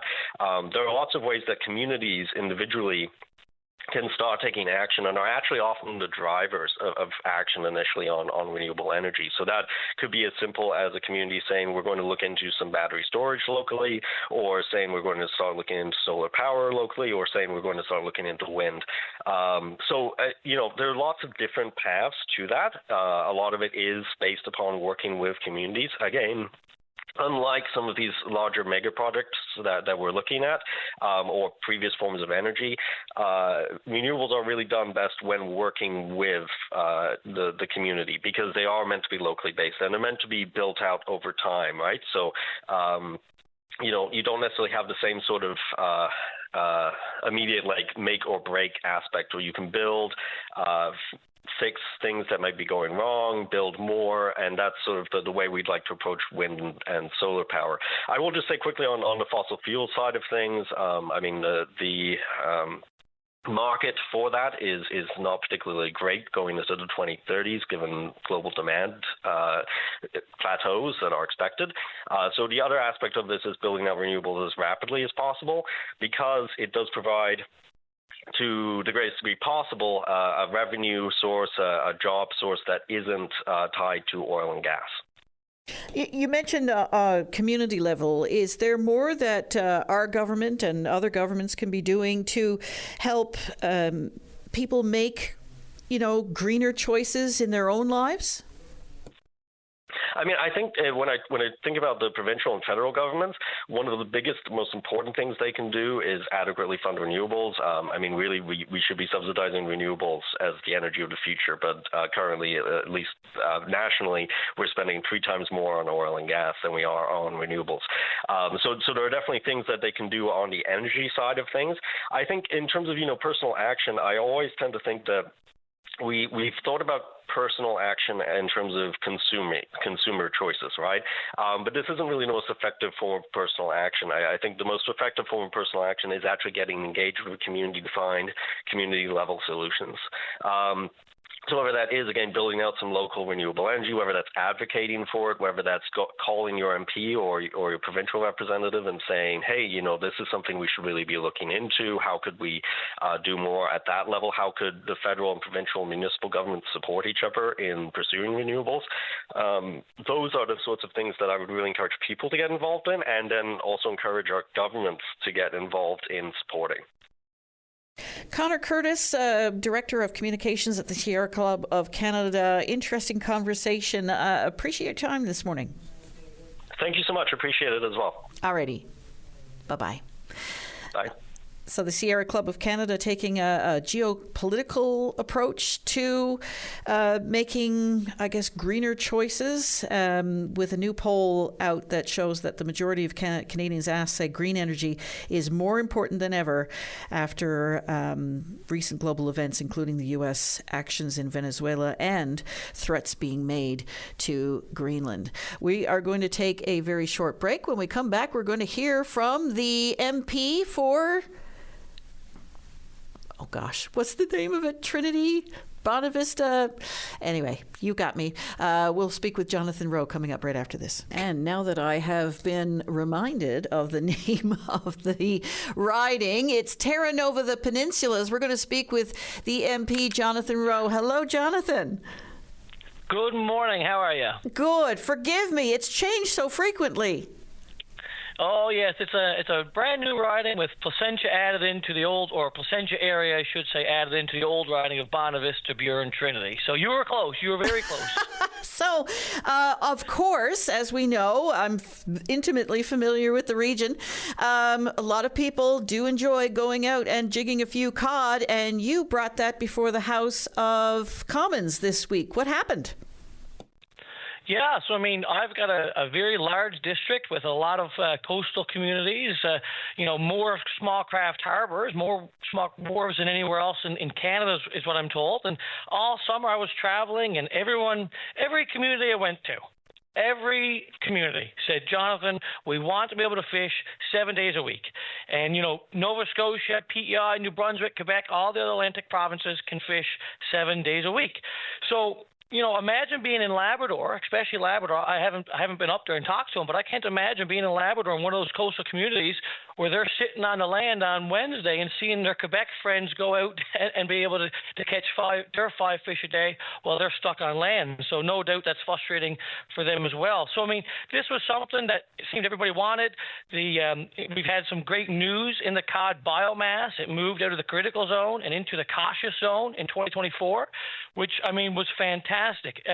They even was able to double the northern cod quota, which is great news for the Newfoundland and Labrador fishing industry.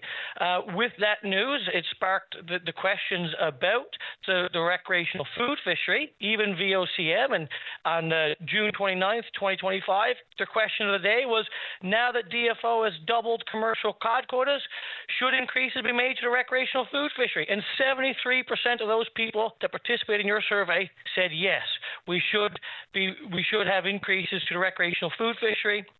Every door I knocked on seemed to be wanting 7 days a week. So that's exactly the mission I came on. I came up to Ottawa. I was lucky enough to get a private member's bill. I said, this is something that can unite all Newfoundlanders and Labradorians. So I created this bill that would create fairness amongst Newfoundland and the rest of Atlantic Canada, so we'd be able to have the same rules as them to be able to fish 7 days a week. And it was clear that's what Newfoundlanders wanted. I was shocked to see yesterday that the 4 Liberal MPs for Newfoundland and Labrador voted it down. And what was so surprising about it is that if they wanted to, they didn't vote down the bill. They voted down talking about the bill. They could have voted for this bill yesterday, sent it to a committee. Any concerns they had, small or large, they could have brought it up in committee. They could have made amendments. They could have worked with us Conservatives. They could have worked with me to create the perfect bill, the perfect recreational food fishery for Newfoundlanders and Labradorians. The minister put out a survey a little while ago about the recreational food fishery. So I thought that she was going to vote for this yesterday, bring it to the table, work on this, put partisan politics behind us, and work together to unite Newfoundland and Labrador. I was so disappointed when that never happened, and I can't understand why. What do you mean exactly by 7 days a week? Do you mean throughout the summer months? Do you mean year-round? What do you mean by that? Well, that's actually a good question. I'm glad you asked. So right now, Newfoundlanders and Labradorians typically don't have an exact opening and closing date at the beginning of the year. Every year we're waiting on that announcement to come. So what's also proposed in this bill is that closures and openings be based on spawning, not bureaucracy. So, similar to trouting often and moose hunting, the dates are pretty well set, and it's most of every other recreational food fishery and hunting. Recreational hunting is all based off of the birth and spawning periods of the fish. So we'd like to have something where it's announced in advance of when the season's going to be opening and closing, at least 2 months in advance, but very predictable year over year. And yes, throughout the summer, like our typical cod fishery. And so 7 days a week instead of what is it currently? Saturday, Sunday, Monday? Friday, Saturday, Sunday, Monday? Yeah, it's currently Saturday, Sunday, Monday. Right. Now, last year it was. This year it could be anything. So what is the situation, let's say, if I'm in Cape Breton? What is the situation? So not a whole lot would change with my bill, but the situation right now is you can go out and fish 5 fish a day, same as the Newfoundland rules, but you can fish 7 days a week rather than being limited to 3 on the weekend, plus Monday. Right. And I think the reason for that, and you're probably well aware of that, is that the uptake in the recreational food fishery here in Newfoundland and Labrador is hugely different than it is in the rest of Atlantic Canada and Quebec. We have the highest participation numbers. It's marginal from what I understand in other areas. Well, I think that kind of proves the point. It's so much culturally significant in our province. So there's so many more people wanting to participate in it. It's a huge tourism driver. People come from a ways coming down, wanting to go with their friends and family out fishing. It kind of proves the point. It's such a significant part. And when you actually look at the numbers, it's only 25 tons of cod being estimated in our recreational fishery. You compare that to the 38,000 tons in our northern cod quotas. It's still, I mean, it's pennies on the dollar. It's almost insignificant. So, and the other thing is, once you open it up 7 days a week and you take the urgency off of it, people just need fish for the winter. I'm not entirely convinced that the consumption of fish will increase. People will just be able to go out on better days, not have to risk their lives in high winds and rains. Seniors who perhaps can't afford these big fancy boats can go out in their 19-foot, 17-foot a boat in the harbor on a nice Wednesday afternoon and catch their 5 fish. So I think you kind of I think you really nailed it there, that it's such a significant part of our culture, which is why it should be open longer. And like you say, it's a safety issue in your opinion. Oh, absolutely. I mean, everyone complains about that. And look, the government is forcing us to go out, indirectly forcing us to go out on weekends where the weather may be bad for 3-4 weekends in a row, and that might be the only weekends that Newfoundlanders have off because they have work commitments or whatever. So people feel the urgency to go out. They kind of risk it a little bit and putting themselves in danger. And of course, it's an economic driver as well. You already touched on that. But if you're a tourism operator, for instance, and you have a group of people coming in on a Tuesday and leaving on a Friday, they're not going to be able to participate. Well, actually, I will clarify. Last year, the Liberal government did do something right. Last year, they came out with, if you're a tourism company, you were able to get tags to bring tourists out throughout the week. And that was a step in the right direction.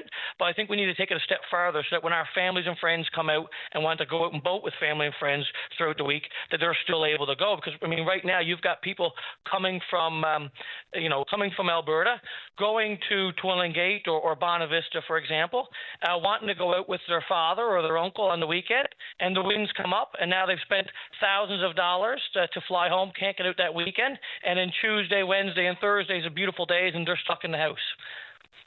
I'm glad you clarified that too, by the way.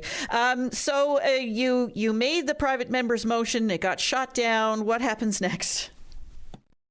So I was expecting it to pass yesterday's vote, go into committee, work on this bill. If they had any issues with the bill or some language there, we could have cleaned it up. We could have put it out. So now it's just, we're back to square one. We're back to fighting. We're back to, maybe asking some questions in question period. But basically, it's putting the pressure on them. And, I would encourage anybody in the province that's upset with this issue to reach out to Mrs. Thompson, MP Thompson, reach out to the other 3 MPs in Newfoundland and Labrador and just express their concerns and express that they want the recreational food fishery to be open 7 days a week. But us Conservatives, we're going to continue to fight for this, and we're going to try to make this happen. Jonathan, how are you settling in? No, it's been busy, really busy. Of course, I never had provincial politics on my belt, so I had a lot of learning to do. But I have a very big district, so when I'm not in Ottawa, I'm always traveling the district, and it's very busy. But I'm enjoying it, and I've been lucky enough to be able to work in this PMB, which not a lot of new MPs get to do. So it's been a really good experience. Jonathan Rowe, I appreciate your time this morning. Hopefully we'll hear what others have to say about it. Thanks so much. All right. Thank you for having me. Take care. Bye-bye. That is MP Jonathan Rowe for Terra Nova the Peninsulas. There you go. That's the name of it. Think I can get that in my head? No, sir.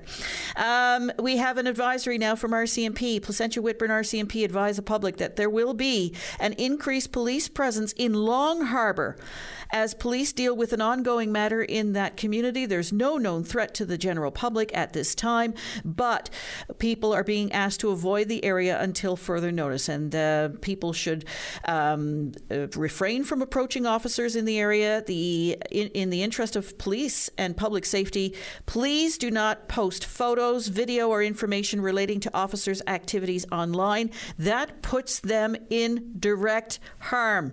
So be aware of that. Do not pose pictures of where police happen to be, or videos or anything like that, or any information related to where they are or what they're doing, because that puts them in direct harm. We've heard that repeated to us numerous times, and we in news organizations like VOCM, we're well aware of that, and we we try to adhere to that whenever possible, but please be aware of that as well. So, increased police presence in Long Harbour as police deal with an ongoing matter. There are no known risks to the general public, but please avoid the area until further notice, and we'll keep you up to date on that as well. We're going to take a break. When we come back, we hope to speak with you. The Tim Powers Show. Join the conversation weekday afternoons at 4 p.m. on your VOCM. And I think the MP has struck a nerve. All of a sudden, the phones have just blown up. We're going out to beautiful Bear Need now to speak with Don. Hi, Don.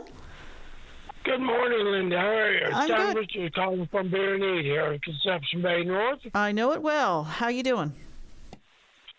Doing good. I was lucky to get you talking to the member from Terranova on the food fishery. Yeah. And I'm phoning to say a few things on that if I can, please. Please do. I'm 5 minutes from the boat launch here in Portagrave. And in the Portagrave Harbour, we have a beautiful harbour, a beautiful spot to go out on the food fishery for cod. And the boat launch is open. The gate is never barred. So anybody who wants to bring their boat out is welcome to go down there and put their boat out and go out and try for fish, right? Well, within certain regulations, of course. Oh, yes, and it's just one community and many across the island. And like the member was saying, and I believe it should be open. When it opens, open every day till it closes.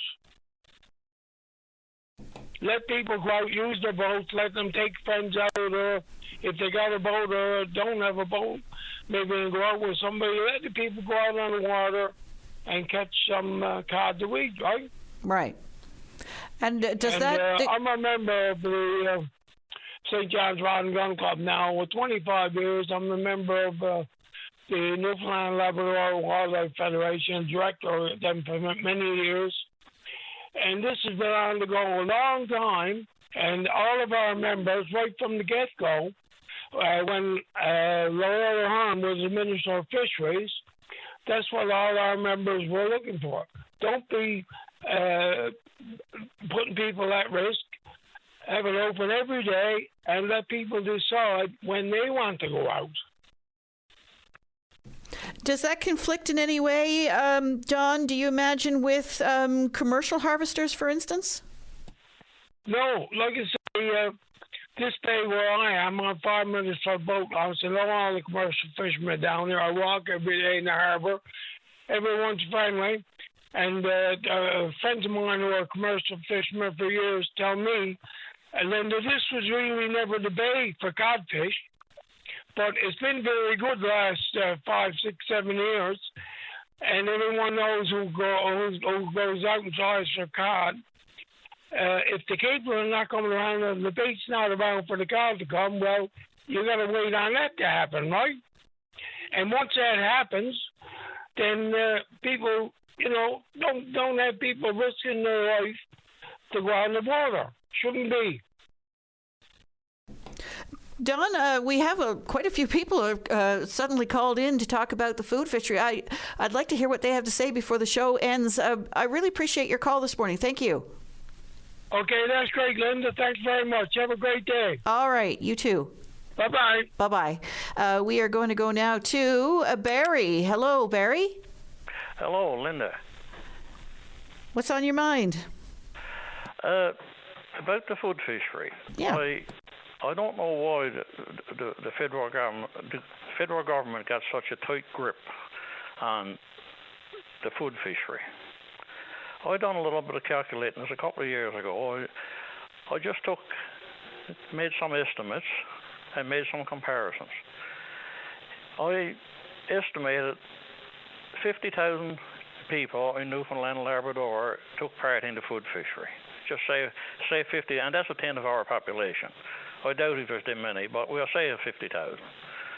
And we'll say they get their 5 fish for 30 out of the 39 days. Which, that's not going to happen either. That's a bit generous with that. Well, that works out to 7.5 million fish. At the time I done those calculations, they were estimating the ARP seal population to be between 7 and 8 million. So that equals every seal taking one fish a year. So, and then there's talk about logbooks and keeping records and stuff like that. Why is it necessary to keep records when it's so small in the big picture? That's a good question, but as we know, there will be, and there will always be some people who will, eschew the rules and fish what they want, when they want, how they want, and so I mean, some kind of parameters have to be set. Haven't they? Yes, open the fishery up, say the first weekend in July, and leave it open till end of September every day to go fishing. That's about the time of the year that is suitable for going on the water. I takes part in the food fishery. I goes out when I gets the fish that I want. I stops. I leave my boat in the water. If anyone wants to go out, I'll carry them out. But I got my fish, and that's it.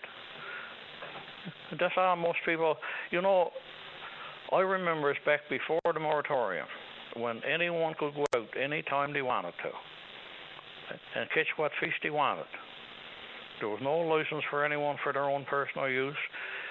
There were very few people even took part in it.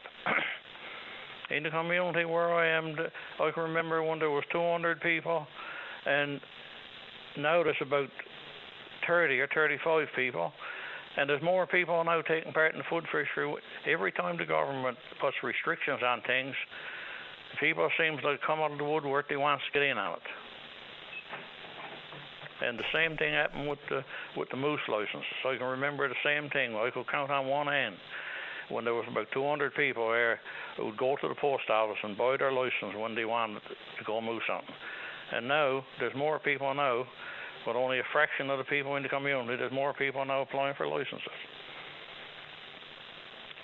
And another thing is, in comparison to the commercial fishery, I watched the Land and Sea show a few months ago. It was a show from back before the moratorium, where they went out to the south coast. I think it was Lord's Cove. I'm not sure. Down there somewhere anyway. And they went out during the trapping season, cod trapping season. And they showed the film and talked about the fishery. So they left, and they come back again after that, when there was two members of the crew, the owners of the enterprise, stayed on trawl. Now, trawls, long lines, and the reporter asked him how much trawl they use. And he said they use between 40 and 50 lines of trawl, which a line of trawl is 50 fathom, and there's approximately 70 hooks on a line. So that's what they were fishing, between 2,000 and 3,000 hooks. So that's equal, if you got, in the food fishery, you got a boat going out with 3 hooks, 3 people putting a hook in the water. So to compare that to what the commercial fishery used to be, the food fishery is insignificant. Barry, thank you for your call this morning. We appreciate it, and breaking down some of the numbers as you see them. Yeah, well, anyone can go on YouTube and see that Land and Sea show, and the numbers that I gave you there earlier is being generous with the number of people and the number of fish, and it's only equivalent to every seal taking 1 fish a year. Barry, thank you for your call. Yeah, very good. Thank you for taking my call. Alrighty. Okay. Bye-bye. What do you think of what Barry had to say? Give us a call. And when we come back after the break, we're going to hear more from some people who are responding to this whole issue of what the MP for Terra Nova, the peninsula, is raised, and that is the possibility of opening up the food fishery when it's open to 7 days a week, as opposed to the current 3 days a week that it is open during the summer months now. We want to hear from you. Caller on line 3. Hello. Hello, yes. Hi. I just wanted to call in and thank Jonathan for his effort that he put into the situation. Everything he said was perfect and made perfect sense. One thing he said didn't make sense, and that was that he was shocked that the Liberals voted against it. Now, that wouldn't have shocked me at all, because that's what Liberals do. I remember when Polyev put a motion to the floor to vote to bring down the carbon tax. And every Liberal member in Newfoundland, except Ken McDonald, I think it was, voted against taking the carbon tax out. Now, I don't understand why Liberal in Newfoundland would have done that, because, I mean, a lot of people burn oil in those rural communities. We have to drive like an hour to get to the nearest grocery store. And a Liberal to vote against that just did not make a bit of sense in the world. So that's what they do. They only vote when it's good or makes sense to them. They don't worry about the people. So you approve then of opening up the food fishery for 7 days a week during the summer months? Sure. Yeah. Sure I do. All right. It makes perfect sense. Right? It's a way of living. You remember, I mean, I don't know, like years and years ago when all those outports, they lived off the fishery. You go into you see pictures of years ago, and the flakes, and everybody in the community fished. That's how they lived. That's how they fed themselves. And now you go into all those communities, there's not near as many fishermen now, and not near as many people out as what there were years and years ago. Does it cause any conflict, though, I wonder, with commercial harvesters who might notice on Facebook, for instance, that somebody's selling codfish? Well, I don't think you're supposed to sell it. I think it's more like for household. No, I know, but some people do sell it. Right? Yeah, but some people do sell it. Yeah, I know. There's a lot of people that does things wrong in every area of life, but you can't base facts and everything on that. And that's for conservation. I mean, they're not worried about conservation. I can tell you that. They're only worried about conservation of any species when it suits them. And I know that from the fact that we were fighting for the sea urchin industry, and that didn't go anywhere. We wanted to open up areas that was never fished and kind of close down the ones that were, because they were getting scarce and not as good. And that didn't bother them. They didn't worry about that conservation-wise. So who is we? Who is we? Well, I work for a sea urchin plant. Oh, I gotcha. Okay. Right? And we were fighting to open up bays that were never opened up, never fished. But we wanted to close down the ones that had been fished for the last 20 years, because they were getting scarce and they weren't as good urchins. So, they didn't have the quality that you could have in areas that were fished, right? Yeah. They wanted to expand beyond that so because they were overfished in that particular area, yeah. Yes, exactly. Yeah. So we wanted to change that. They wouldn't go anywhere with that, right? So conservation don't mean anything to them unless somehow it's in their interest. And I think maybe the union's got a lot to do with that. So no, open it up. You're only going to get a few fish. Everybody's not going to be out 7 days a week. Everybody don't go out anyway. And the only needs enough fish probably put in your deep freeze for the winter. All right, caller, we'll see what others have to say. Thank you very much. And one more thing. Yeah. I voted for Jonathan. And, I don't know how other people feel in areas where the MPs have crossed the floor. But I'm telling you, if he crossed the floor, I wouldn't be happy, because I voted for him and the party. Now, I don't know, like I say, I don't know in the areas where those MPs are crossing the floor. To me, the last one that crossed the floor, I'm thinking he did it because Carney offered him a trip. and I don't think you'll ever change my mind on that. And I'd say there's a lot of people feels that way too. All right, but there's no hint that Jonathan would cross the floor, is there? No. Okay. I hope not. I'm just warning him. Oh, I got you. All right. All right. All right. He should consider himself duly warned. Oh, yes, duly warned. All right. Thanks for your call. All righty. Okay, you're welcome. Bye. Bye-bye. We're going to go now to Gerard. Hi, Gerard. Hi, Linda. Hi. What's on your mind? Hi, Linda. Hi. Can you hear me? I hit the wrong button on the phone. Oh, there you go. Hello. Hello, honey. You're doing a good job, by the way. Thank you. Yeah. What I got to say is it's about the federal government, okay, and our 4 MPs, okay? Our 4 MPs and the federal government, they're agreeing with Nova Scotia, PEI, New Brunswick, and Quebec. They got their 7 days a week fishing, and our MPs and the federal government agree that Newfoundlanders can only go out 3 days a week because they're not to be trusted. Because everybody is saying, well, a Newfoundlander is going to go out and he's going to bring in extra fish and go out second and third time. If there's only going to be Newfoundland, that's going to happen. Don't you think that's going to happen in Nova Scotia, PEI, and New Brunswick? Or are we just dishonest, very dishonest people, and they're not dishonest at all, you know? I don't know if that's necessarily the case. I think some people take it that way, but I don't think, and there are people, by the way, who are going to, do what they want. Yes, we know that. Whatever province you're in, they are there, right? But the uptake of people in Newfoundland and Labrador who participate in the food fishery is so much greater here than it is anywhere else in Atlantic Canada.